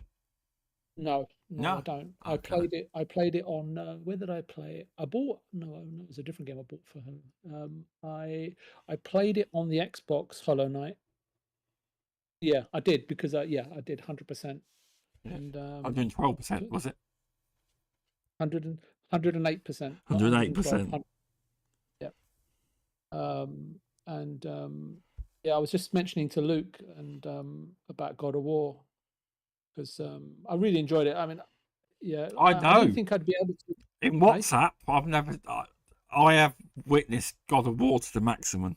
VJ records clips and sends me them on WhatsApp, and the game looks beautiful. It does. These clips he sends me on WhatsApp. I sent him hundreds of clips and screenshots and some of my combat and stuff like that. I'm removable as well. And removable, yeah. But and I shared a bit with BMG because he kind of talked really highly of God of War, not spoiling anything. And I kind of felt like I owed it to them to 100% it. And I'm surprised I did. I was just explaining to Luke. See, the older you get, my reflexes aren't quite as good as they were. And like waiting all these years for Silk Song, I'm just wondering like if my hands can hold out. Because I don't know if it was God of War, if it was the game before I was playing. There was like I was starting to get calluses on my thumbs. I'd have to think about what the hell that game was I was playing. But yeah, I was doing a lot of button mashing, that's for sure. Yeah, but yeah, we just live in really privileged times with some fantastic content out there. But obviously, none of it's worth a dime really without cakes and cups of tea. Foster's. There you go, Foster's, or And coffee. Blue Label, perhaps in Luke's case. Where's Masuko? He's gone missing in action again.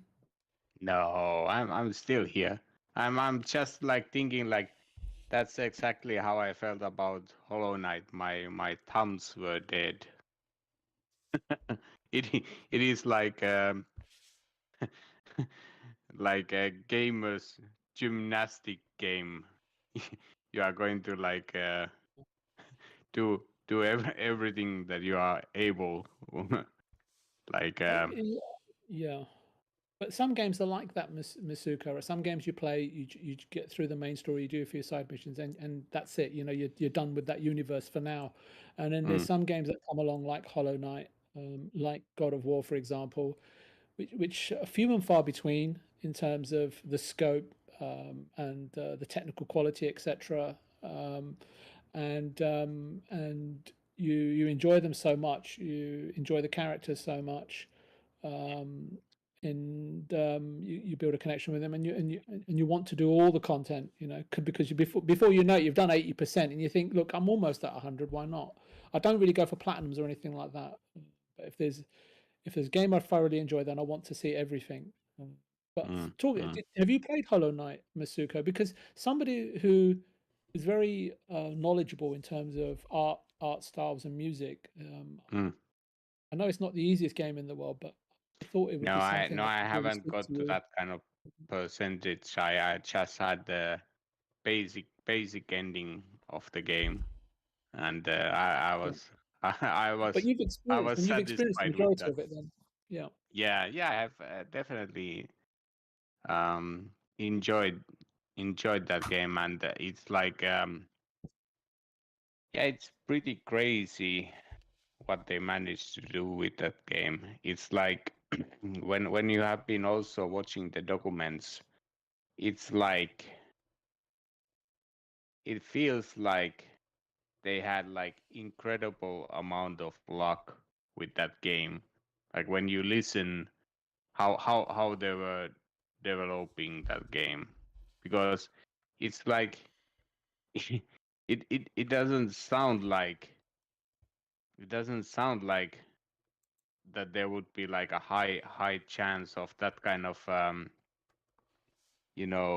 mentality working out, because while I was listening how they were doing some of the characters and designs, and it sounded more like pre-planning phase of our game, but they were saying like, no, we we had the idea and we implemented it, and that was that.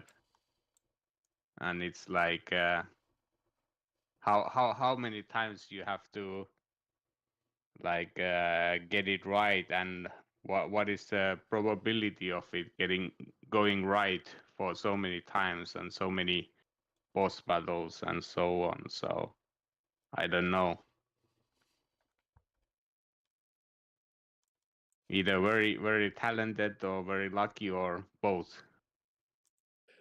Sometimes you just can't account for divine intervention, you know, in people's minds, right?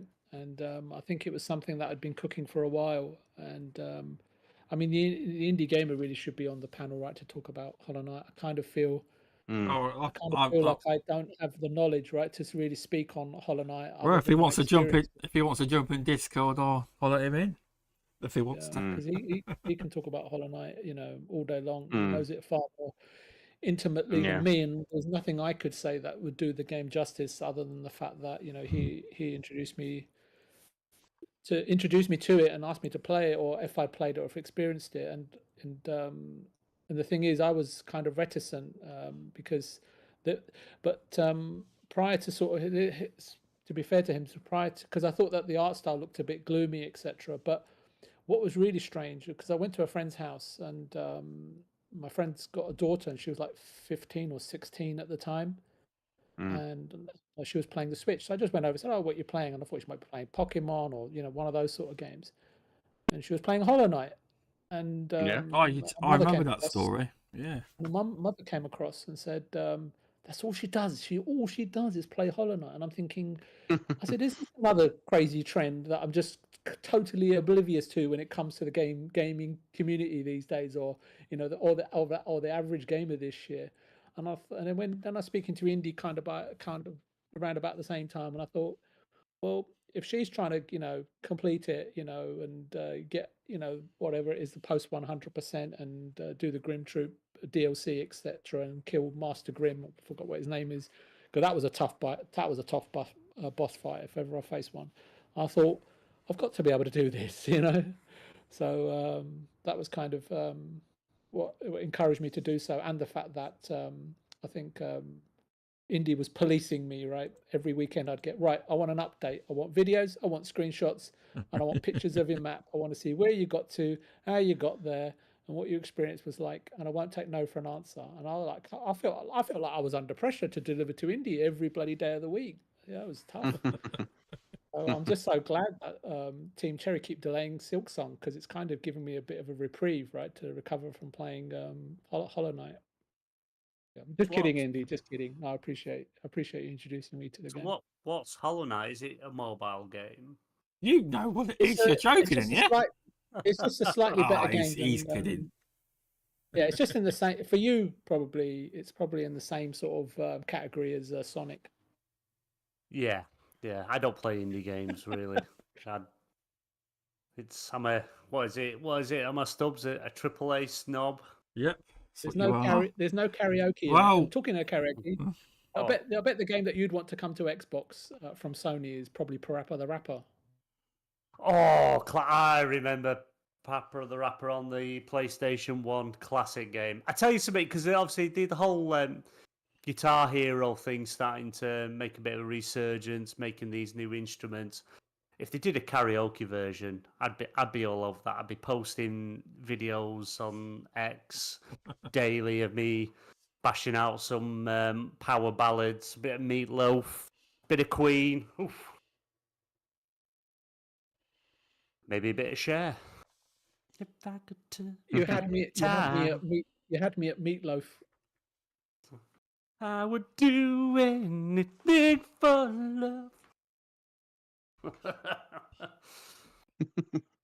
You have to pay to see the rest, people. Oh dear.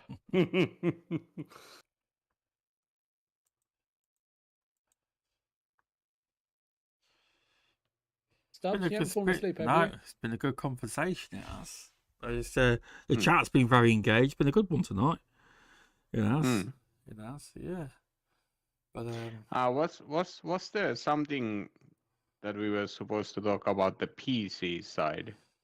No, I just it wasn't an actual topic. Just if it came up, I just feel at the minute that there's been like, I think a lot of gamers even in our community have got themselves PC rigs or are more pushing more towards the PC side these days, because I'll be honest, I was looking and on CD Keys and the websites Indie gives me, there's a site you can get all the best prices on, and a lot of the PlayStation games are dirt cheap. A lot of like 15, 20 quid if that. And I think there's a big push for PC. Just the numbers of Helldivers 2 tells you all, and a lot of the numbers on PC have been quite big as of recently with certain releases. I just feel that PC space is the space a lot of the gaming's growing in. I mean, I might be wrong, but I just think that, you know how they used to use the stupid physical charts? Well, the fanboys are now using the Steam charts. They didn't care about Steam before, but now they do. Yeah, that's true. That's true. But I do think the PC gaming area is growing massively. I might be wrong, but I do think that's where it's going. I think all PC gamers should be banned from playing Xbox and PlayStation games. Shouldn't be allowed. Should be allowed at all. They should be banned from playing our console games. Oh, I know why you're saying it now. All the PC master race talking crap about consoles, how they're not good enough. Well, if they're not good enough, don't play our games then. The lawyers. You belong in the bin with Sonic. Uh, But it's I think that PC is doing great nowadays, and you know it's funny. Like I started like PC gaming, like main platform, like you know the early 90s, and you know there has been so much development in the hardware space that it's crazy to think where we started and where we are now. And you know it's like it's interesting that now we are the kind of like slowing down. We are not getting the crazy advancement like from going from a certain generation of processors to the next one, and it's like literally unplayable in few years if you didn't keep up with upgrading your PC to the latest. But nowadays you like it's totally feasible to be keeping your PC as long as like a game console generation last. So Oh, that's I interesting. yeah, so I still have like my PC is like 8 years old, and like I would have never like believed that if somebody would have said to me like in the 90s that you could have a PC for 8 years and still be playing games that are coming out after 8 years owning a PC.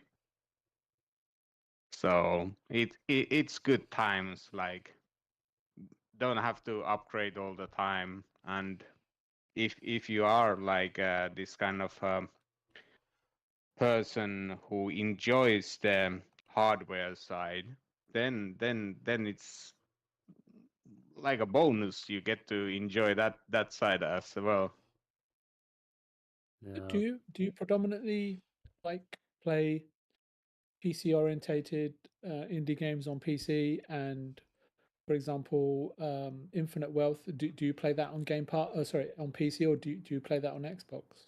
I have it now on Xbox, so you know, like every year I am saying, or I feel like I am playing more on consoles, but at the same time when I look my list after the end of the year, I'm still playing more games on PC because there's so many like indie games that Yeah. never comes to any of the it's true. It is the consoles. So ultimate. If you really are a true indie gamer, I hate to use the pun, sorry, indie gamer.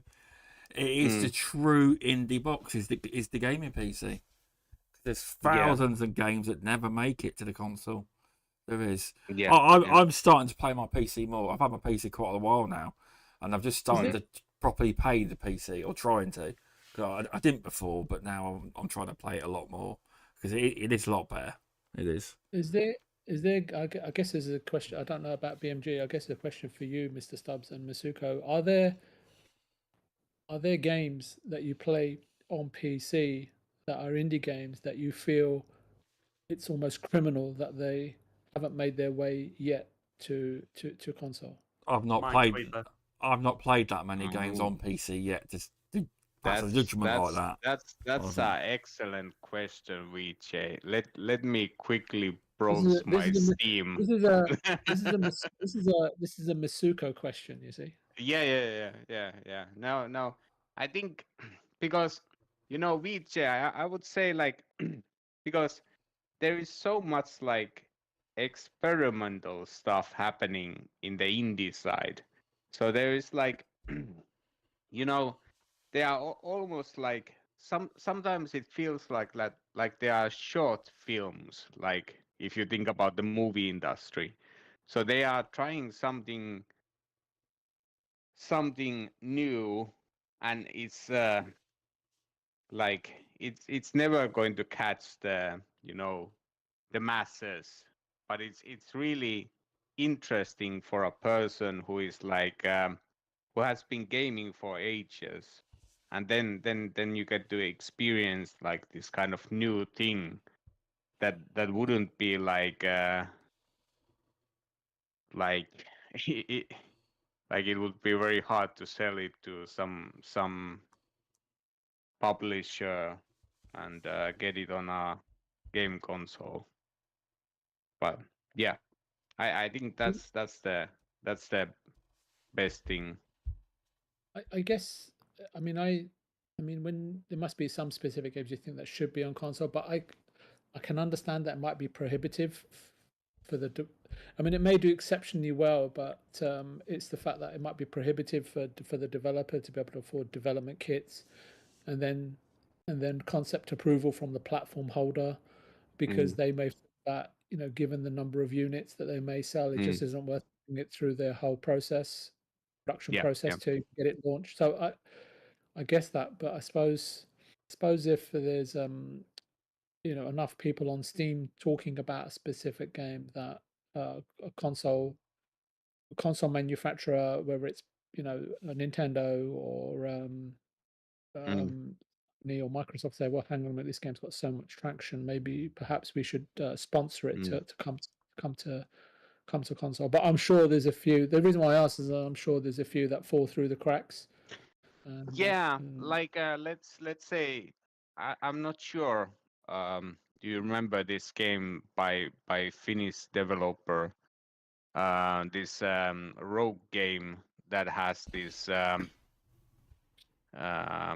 which going through a pixelated generated world that is like incredibly difficult and incredibly fun, that it's like there is no other game where losing is more fun. Like there is so much like craziness that happens with this kind of pixel physics, like that it's like down to pixels how they react, and how you are able to like if let's say, because it has this RPG mechanics of magic wands, and you have like huge freedom of modding them, and it's like the scale is like from the destruction from 1 to million, if we would have to give it a number. Like there is scale of like incredible amount in this game, and it has never been ported to any game console, and it works with a gamepad.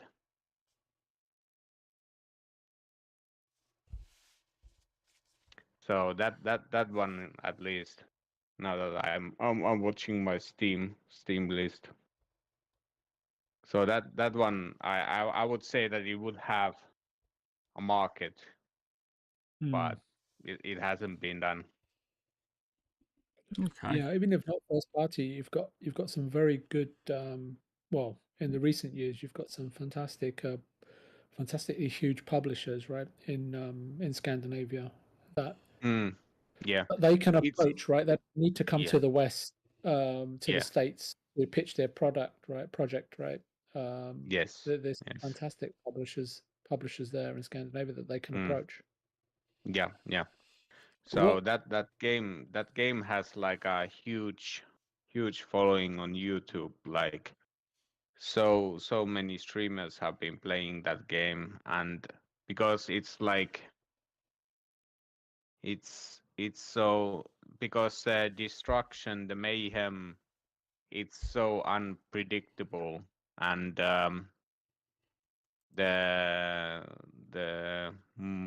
like how much you are able to change it, and like it's a fun game, and I hope that VJ, you would have a chance to play it. Is it only on PC? Is it only on PC? It's only on PC. Yeah, I will Yeah, I will find some video for you, and you will get to see it. I will send Hopefully, it to. Stubbs will play it on the next show as well. Yeah, I hope so, because like I'm saying, like failing has never been as fun as Is in it that game. controller or do I have to use mouse and keyboard? Hmm. Yeah, you can. Yeah, you can. Okay. One thing Indy said about Steam.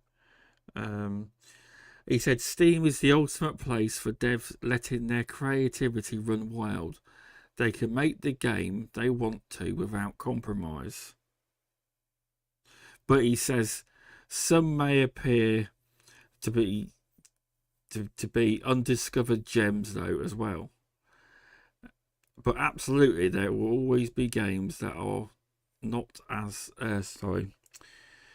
There will always be games that are not so fantastic, and Steam does a good job of pushing the best into people's line of sight through wish lists and so on. But no, he's got great points about Steam now. But you've got good points as well, Masuku. You have about it. I hear Excel spreadsheets is really big at the moment. It's not growing apparently.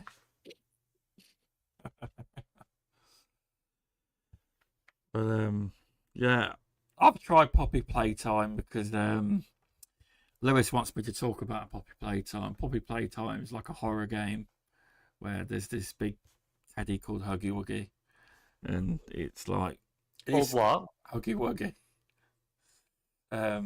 It is quite scary actually, the game, and there's like chapter 1, chapter 2, and chapter 3. I've only completed chapter 1. I bought chapter 2. Chapter 1's free on Steam, but apparently it's now on consoles as well. I don't imagine chapter 1's free on console. It's quite a good game, but I've got to play chapter 2 first. It's not the easiest game, but for me, for Lewis, he could speedrun it like straight through it. But he can. But I need more. I need more time to play it. I do. But Poppy Playtime's quite good. It is. It's on Switch as well.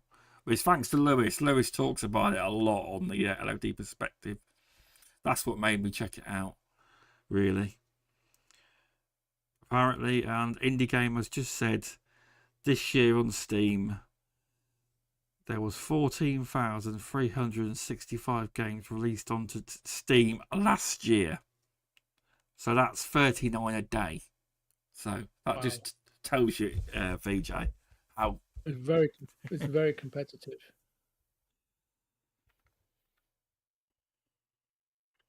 it is. It's hard It's to like stand what out. they say about It is. it's like what they say about human beings, right? Everybody wants to be heard.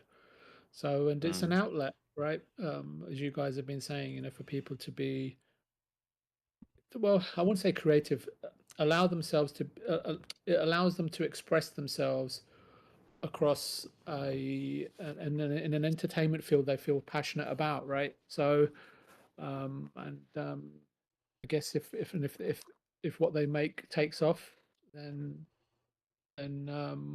more for them, right? So, but it's 39 a day. It is 39. I did hear right. Yeah, it's a massive amount. It really, it is the best way if you really want to. If you really truly enjoy indie games, it is the place to be.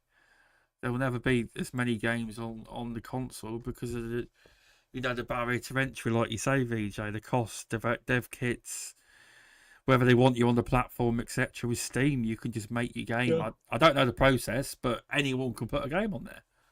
They can, Yeah. but it seems to be the easiest way. It does, but I'm trying to embrace it more now. PC gaming, I have been recently. Does BMG play on PC? He seems to hate PC. No. PC is for doing your spreadsheets, your Word documents, playing Minesweeper, bit of solitaire. You want gaming? You want proper gaming? You play on a console. Play how we've always played. None of this buddy typing QWERTY to move left, right, Uh, backwards, I- and circling your mouse around and clicking, click, type, click, click. Oh, I've just killed an enemy. Click, type. None of that rubbish. 90% of the games I play I use my Xbox controller. Thank you very much. You don't deserve an Xbox or an Xbox controller. You should have it taken off you.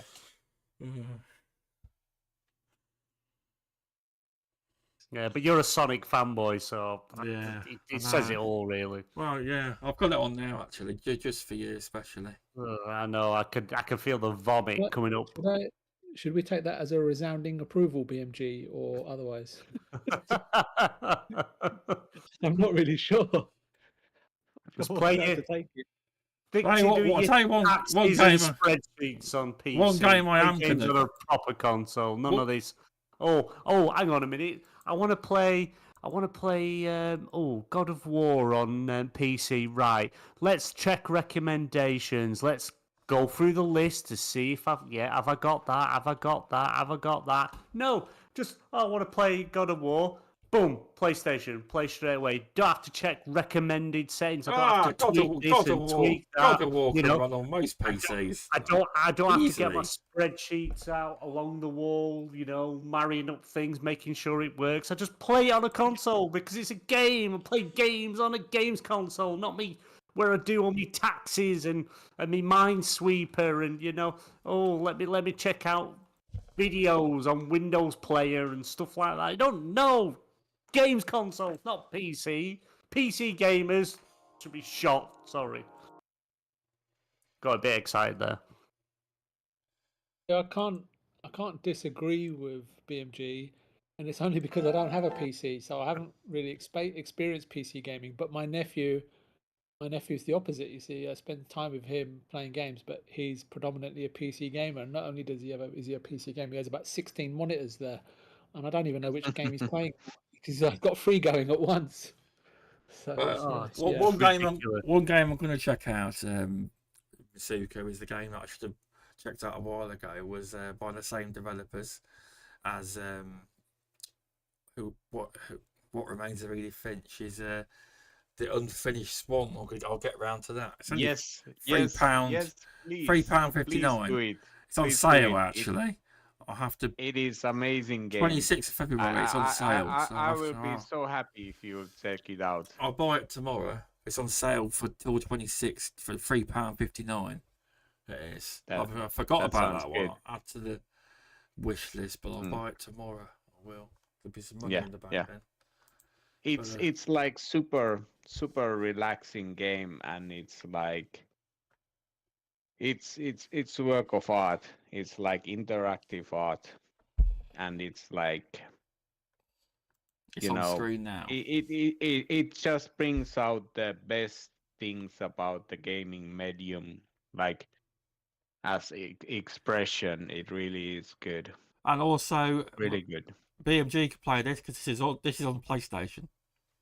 Yeah, it is. PS4 probably. Is it abandoned? It's an indie game.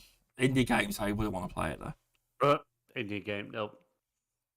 But yeah, I'm going to check that out definitely. But I'm trying to play my PC more. I've slacked, to be honest. Oh yes, this game, Masuko, you've spoken about this. I've heard you speak. It was a while ago. You told me, and I forgot about it. Just remembered.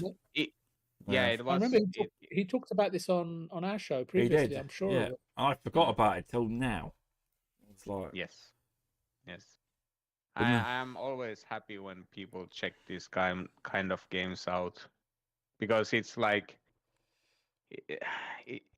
it's like so like creative, and it's just if there would be more this kind of games out, like people wouldn't be fighting about console wars. They would be. They would have found their inner peace, and they wouldn't be doing stupid stuff. Yeah. It's console wars as anything else, right? It's all the stuff that creates conflict, division, my car, my neighbor, my house, my culture, No, my it's the biggest nation, free trader. and what is that? And ultimately, conflict and division just leads to war, right? And console is just this. How can I put it? It's just an example, right, of the bigger issue in society, right, in general, and in people's minds, because it's always about you go to school, and what do they say? Okay, what are you going to study? What are you going to be when you grow up? What about your future? All that sort of stuff. They never ever say to you, what are you going to, how are you going to build your life, etc. They never ever talk about what are you going to build, for the person next to you that you don't know, right? How are you going to, are you thinking about the person that you don't even know, right? And It's that is funny a big that upgrade. Yeah.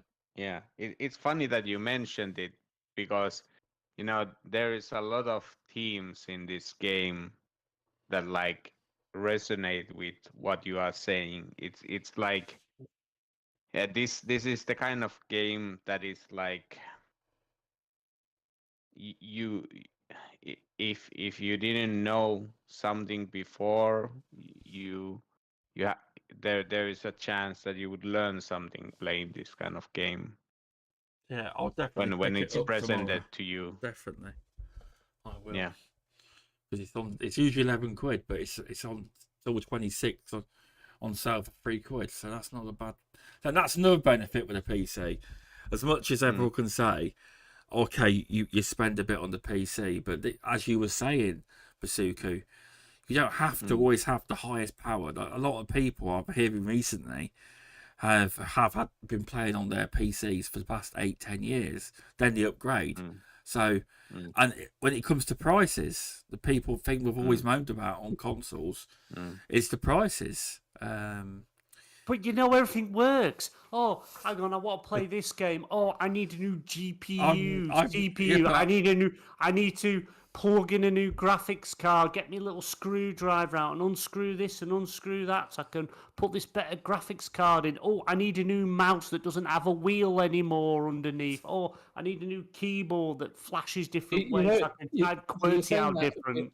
You see BMW. I never check the recommended settings, and when I do BMG, my PC shits it a lot of the time. Yeah, but you have to check them. I don't have to though.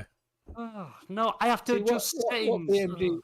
What BMG is essentially saying, right, is console versus PC. Is if you own PC, technology fundamentally has surpassed your humanity. Console. Get a console. You want to play a proper game? Play on console. Play it the proper way, not this mouse, keyboard, and I need to. Hang on, I need to turn left. QWERTY. As Indie Gamer says, turn right. He's just like me, and he's correcting what he said. 99% of the games actually tell you for the best experience, please use a controller. So there's no mouse and keyboard, really. That's it. Even they're saying, "Oh, mouse and keyboard's crap. Use a controller. Just play on a console. Play on a console." It's all you lot in chat that are killing Microsoft and Xbox. You are all killing PlayStation and Xbox by playing on your stupid PC towers and making sure they don't catch fire and they've got enough cooling and loads of fans whirling around to keep it cooler. You're killing the game industry. You're killing it all. BMG, like as a long time PC gamer, like if my first experience would be Game Pass on PC and that would be the only experience on PC, I would have stopped it there. Yeah, but they make it worse on purpose. Yeah, but you think though, Xbox strategy, they make it worse purposely on PC, so you actually play on the best place to play, which is a console. Mind games. Games. Yeah. If you want to play Game Pass, Xbox. Yeah, they much easier. The thing is, they made the operating system, but the PC Game Pass app bloody rubbish. Oh, I've got to install Windows. Unbelievably horrible app. I cannot. To be fair, though, you don't deserve it. When you don't deserve Game Pass. So bad.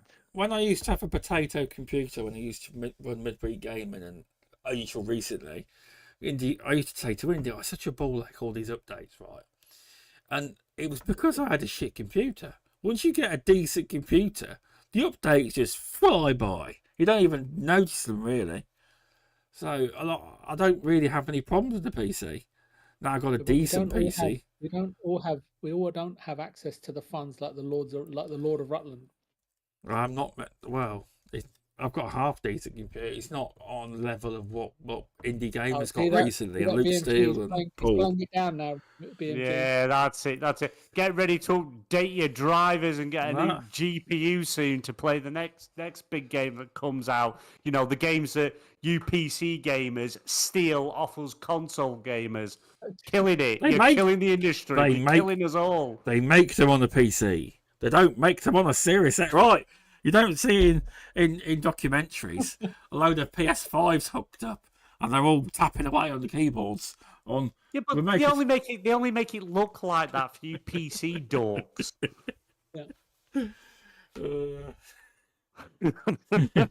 But welcome to A Friendly Pest and Paul AFC. It's been fun tonight. I've enjoyed it. Good bit of banter. I'm going to go out. I'm going to go out and chase a squirrel with a stick in a minute. Screaming, PC sucks. I'm disappointed because I quoted a little bit of Einstein and no one caught on. Really disappointed. Removable would have done if he was here. Yeah, he does. Yeah. I won't say it again, but yeah, it was like, what? No one actually caught on to that. Oh no, what's going on? I was too busy ranting. But yeah, it's been using some seriously ostentatious language there. It's been in favour of justifying console gaming there. So yeah, big up yourself. So all in all, forget gaming. Let's go and watch Only Fools and Horses.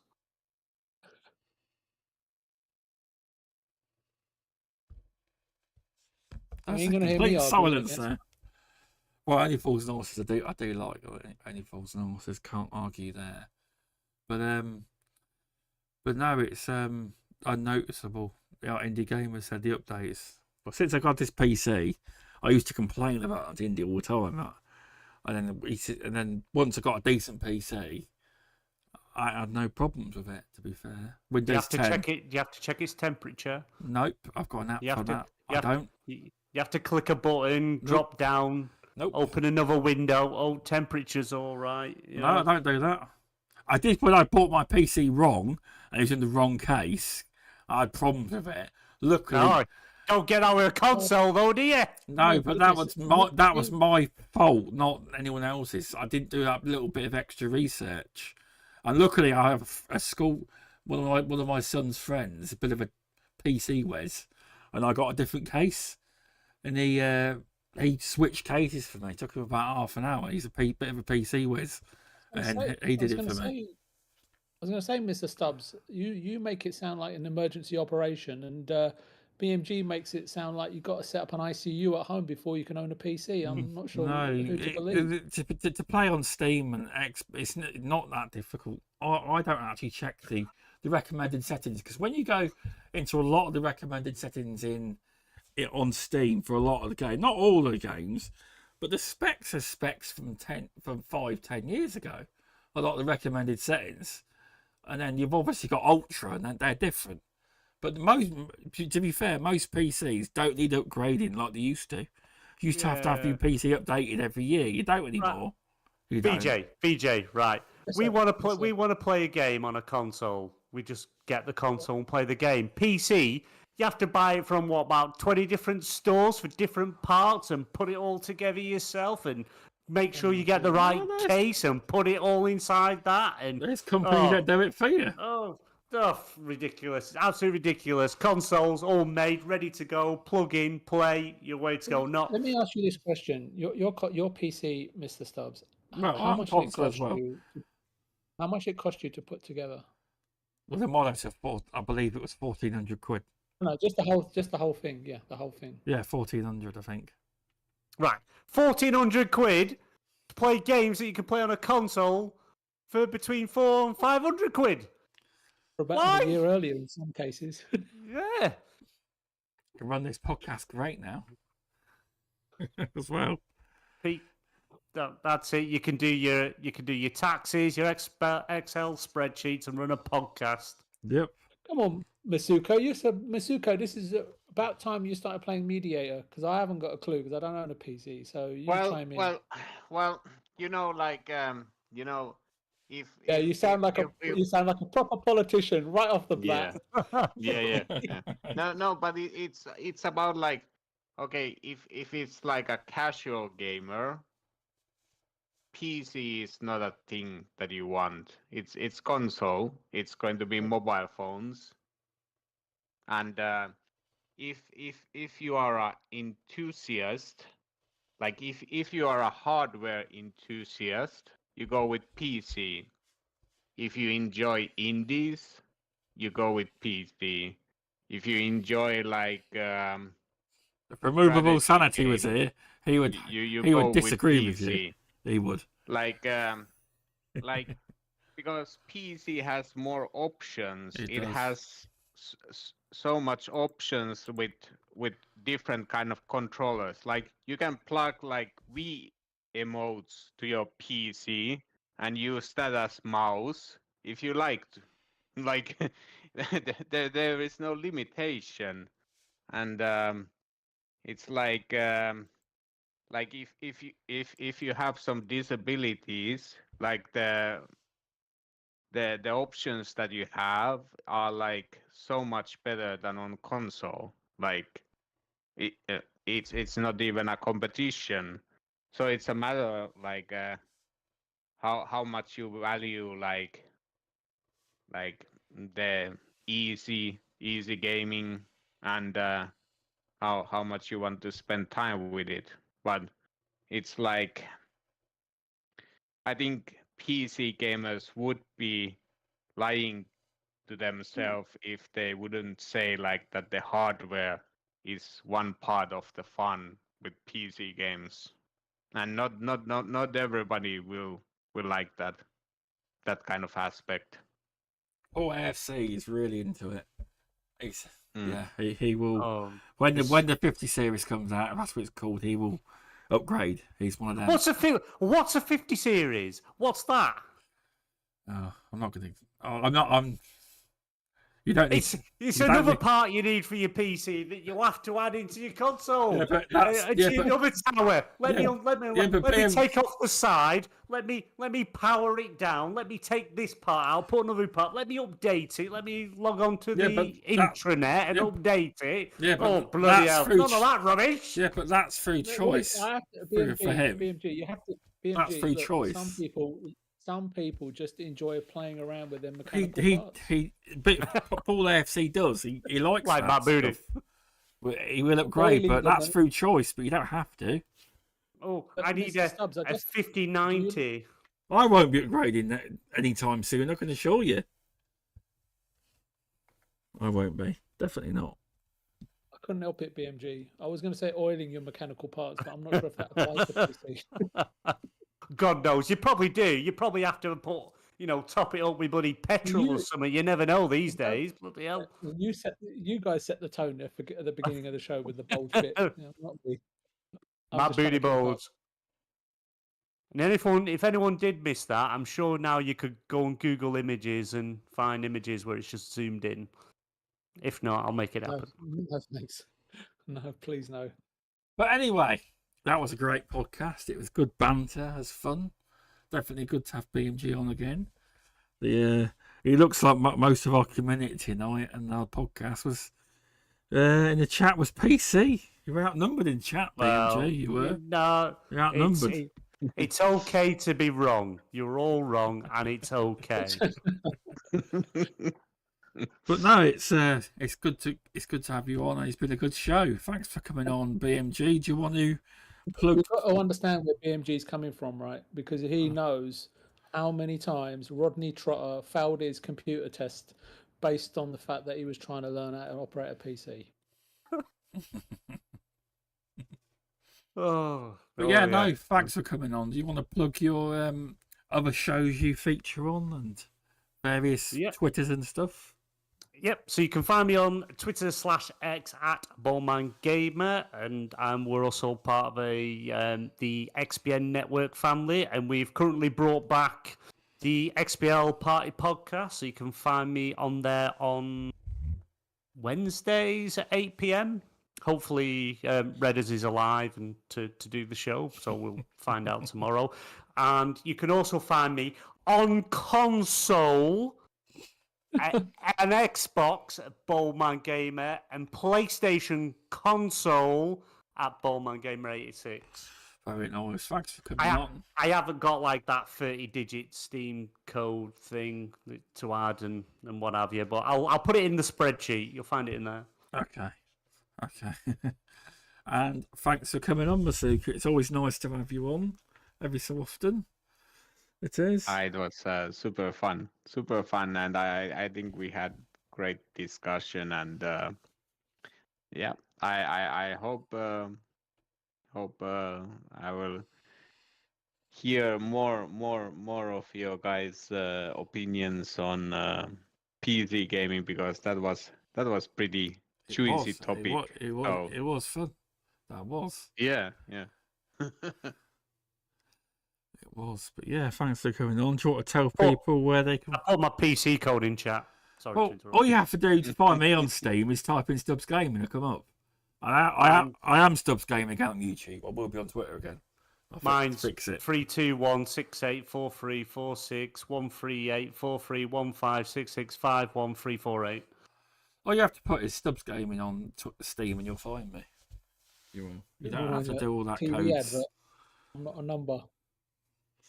But yeah, Masuka, where can people find you if they want to see your art and your gaming, your gaming stuff? On Twitter, Meisuko_1984, and I hope to hear from you guys more Definitely. on this topic. It was super fun. Yeah, it was definitely. But thanks for coming on. And thank you. And VJ, thanks for coming back on. No, I appreciate it. Just a bit of housekeeping. It was, I think it was on Dazcast. It was nice to put a face to a name. I think I noticed Paul AFC on there, so that was really good. Yeah, he did. And if we have a show next week, I'm assuming that's going to be the 26th. So hopefully Removable's back.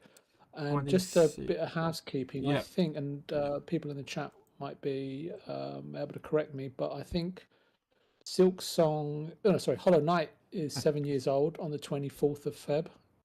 7 years old, and Elden Ring will be 2 years old next Sunday. So hopefully we can, if there is some news sort of released on Twitter, etc., that I'll have a look at on my MacBook, not my PC because I don't have one. And I wouldn't want to upset BMG because he's about the only friend I've got on PlayStation. Well, he's got a MacBook. If you got a MacBook, you're good in BMG's eyes. He's got an iPhone. I use MacBook. Superior. Yeah, Apple. Yeah, what BMG says. Yeah, I think that was the most controversial thing that BMG said the whole show. Yeah, he put. In comparison to how much he hates PCs, just shows you how much he truly loves Sonic. I mean, that's saying something. But yep. but yeah, hopefully they release some news on those 2 days next weekend, and hopefully it will get. And if so, I hope it's not too presumptuous of me to suggest we may speak about them next week. Yeah, we will. Yeah, if it comes out, you know what I mean. And I just had one question for BMG, if that's okay. I know your thoughts on Final Fantasy, BMG, but would you like to see a demo? And this is for Masuko as well, I guess. Would you both like to see a demo for The Rise of the Ronin? Yes. Oh, yes. That game is very piqued my interest. Because I think it... I don't mean to be biased here, but I think that the game needs it. And it will only be following in the footsteps of Wulong and Neo 2, which are both from the same developer-publisher. So yeah, I'm just wondering why things are a bit quiet, and if you're looking forward to the game, if it's interesting, and if you think that a demo would sell you on the game if you're currently sitting on the fence. Yeah, well, from when I first saw Rise of the Roman Thief, when they first showed it off, it looked absolutely amazing. I was a bit put off from the latest showing of it, but it's got that sort of Assassin's Creed Dark Souls vibe, and that's what's got me really, really interested in it. And if they release a demo, I'll happily jump on and play and give it a go. But yeah, I think I'd have to. I want to try it out before I actually purchase it. Because if it's demo sells me, it'd be a day one buy for me. Cool. Asuko, before we shoot off. Yep. Any thoughts on Rise of the Ronin or? Well, I think that it looks interesting, and I would try the demo definitely because I'm a little bit on the fence with that game. It's like it looks a little bit hardcore, and I am a casual gamer, so it's You No, ain't you're- no you're casual. might not No you're way. hardcore. beat that one. You're hardcore. You're hardcore. You're not casual. You're hardcore, mate. Trust me. But yeah, definitely would like to try the demo because I have been playing like the Steam Next Fest demos, and there has been a lot of variety, and it's like super fun to try them out. And like I was very interested about this Pacific Drive, but while I've trying the I've played that demo. It's really good. Yeah. It is. yeah, and it's it just wasn't a game for me, so it was good to try it out on demo, so don't have to play the full game then. Yeah. No, I rest my case. Mm. Yeah. I'm with Mm. you. I'd like to see a Mm. demo. Cool. Yeah, Sorry about yeah. that, Mr. Stubbs. No, it's no problem. Actually, no, I'm not. I'm going to end this show because of the people, but I'm not doing that much tomorrow anyway. So it's been nice to come on the podcast because it gets by. But I've not been at work and stuff. It's been nice to have a good laugh with my mates in the community. Good talk it has. But yeah, it's Do you want to have a way to follow VJ? Probably not. Probably not. No, you can just find me on here, and if you want to abuse me, just DM me, and no issues. And only on console. Yeah. Yes, he Yeah. is. Just send me messages. If you've got any messages for me or any abuse, send it to BMG because he can find me on PlayStation. Yeah, definitely. But yeah, thanks for tuning in, everyone. You can follow me on this channel. It's back to @Stubz Gaming on YouTube. I'm Stubz Gaming 01 on Twitter at the minute. I'm going to try and get my Stubz Gaming back. Hopefully, no one's nicked it. But yeah, thanks everyone, and we'll be back next Monday with if nothing goes wrong. Hopefully, it shouldn't. And hopefully your leg's getting better as well and is on the amend. It Mr. is. Stubbs. It is getting better. It's I don't need the clutches as much, but I do still use them because I'm supposed to. But I can't get Oh about. yeah, there were rumours that you've learned to levitate up the stairs. I've got to go very slowly on the stairs. I do not want to fall down them or up them. But, He uses his PC tower as a crutch. And when it gets so hot and it starts floating because the 20 fans that it's got to have inside it start taking off. He's inverted them, has he? I'm not moving that PC from where it is. It's staying there. Don't mess about with PCs. I don't. Or is it too That's another heavy? thing. Heavy. Well, obviously my PC is going to be probably heavier than my Series X, isn't it? Yeah, why is that? Because it's filled with loads of stuff built inside it. Oh, I can see inside it. It's not that heavy, Yeah. but I bet it took- BMG was going to have there's loads of stuff stuffed inside it that they've. hey, told at you least to I can buy. open up my PC. The Series X, I need to clean it, but I can't work out how the hell you open the Series X. You, It's like- you take a Just stick couple it of in the- screws out the back and you lift it off. You need a special Just key. Just stick it in a cold wash. You need a special key. It's not a normal screwdriver. I bet it's like the old video recorders. You have to take the front window out. And it takes about 3 people to deliver no, it. it doesn't. This slides straight out. It's really easy. The sides comes off well easy within seconds. It's all jealousy, though, isn't it, BMG? As indie No, gamers we all know. So the end, we all agree on, and we all come to PC sucks. Get a console. Stop being these PC crybabies. I have got PC crybabies. I've got the Series X, and I'm about to go upstairs and play on the Series X. No, you do not deserve it. You do not touch that Series X. You do not touch it. You stick downstairs, pushing your little keys on your keyboard, clicking your mouse, playing your games. Don't you dare touch that Series X. And in fact, I've got Phil Spencer on the Xbox list. I'm going to message him now. Tell him to ban your account. Oh, it's funny. Yeah, say, I don't pay for Game Pass. I just do 1 points. I'm not a real. Obviously, actually, that's a good point, BMG. He said that all the customers that were in the 34 million were paying. I ain't paying. I'm on rewards. Am I included in the paying? Because you're probably stealing them from somewhere. Well, Microsoft reward points. But to be fair, I have actually had some purchase months for Christmas, or through Indie Gamers link on CD keys. 6 months was bought for me, so some of it is bought. It is. He's got an affiliate link you can use. There is, but yeah. But it's been a good show tonight. It's been a great laugh, actually. It really has. But yeah, thanks everyone for coming on, and everyone in chat. Yeah, sorry for any terrible takes. No, it's been awesome. Yeah, Paul AFC. It's my bloody kid to keep telling you. On the PC, they play Roblox as well. But because the Xbox app is logged into me, even though they're logged into their own Roblox account, it shows that I'm playing Roblox. It is annoying. I'm trying to get it not to be my #1 game every bloody year for Xbox. Comes up as Roblox. It's so bloody annoying. It should not be Roblox. It's so damn annoying. I feel like an investor in that and Fortnite. I just started to play Fortnite the app now as well. On console? Yeah, because I've told them I'm not installing Fortnite on the PC because I'll never get on the thing. It's not been installed. And if I see it installed, I'm going to uninstall it. Smile on BMG's face and on his butt. Yeah. But yeah, set up another account. I just can't be asked to log out of the main PC app. No, I can't be asked for that.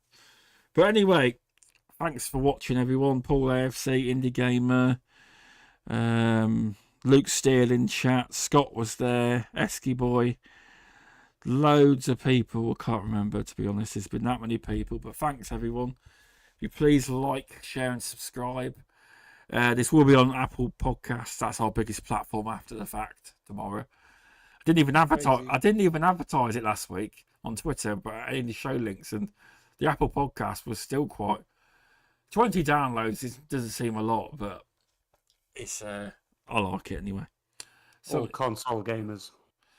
Well, it's the Apple, but I always put it on there anyway. But yeah, it's been really fun this week. The BMG and Masuko one, I bet you those numbers. But yeah, there'll be some. It probably will when people hear about all the fun interactions there's been with the PC and PC versus the console. Quite funny. We probably get more people watching. In fact, when people hear. Yeah, there was a lot of laughter.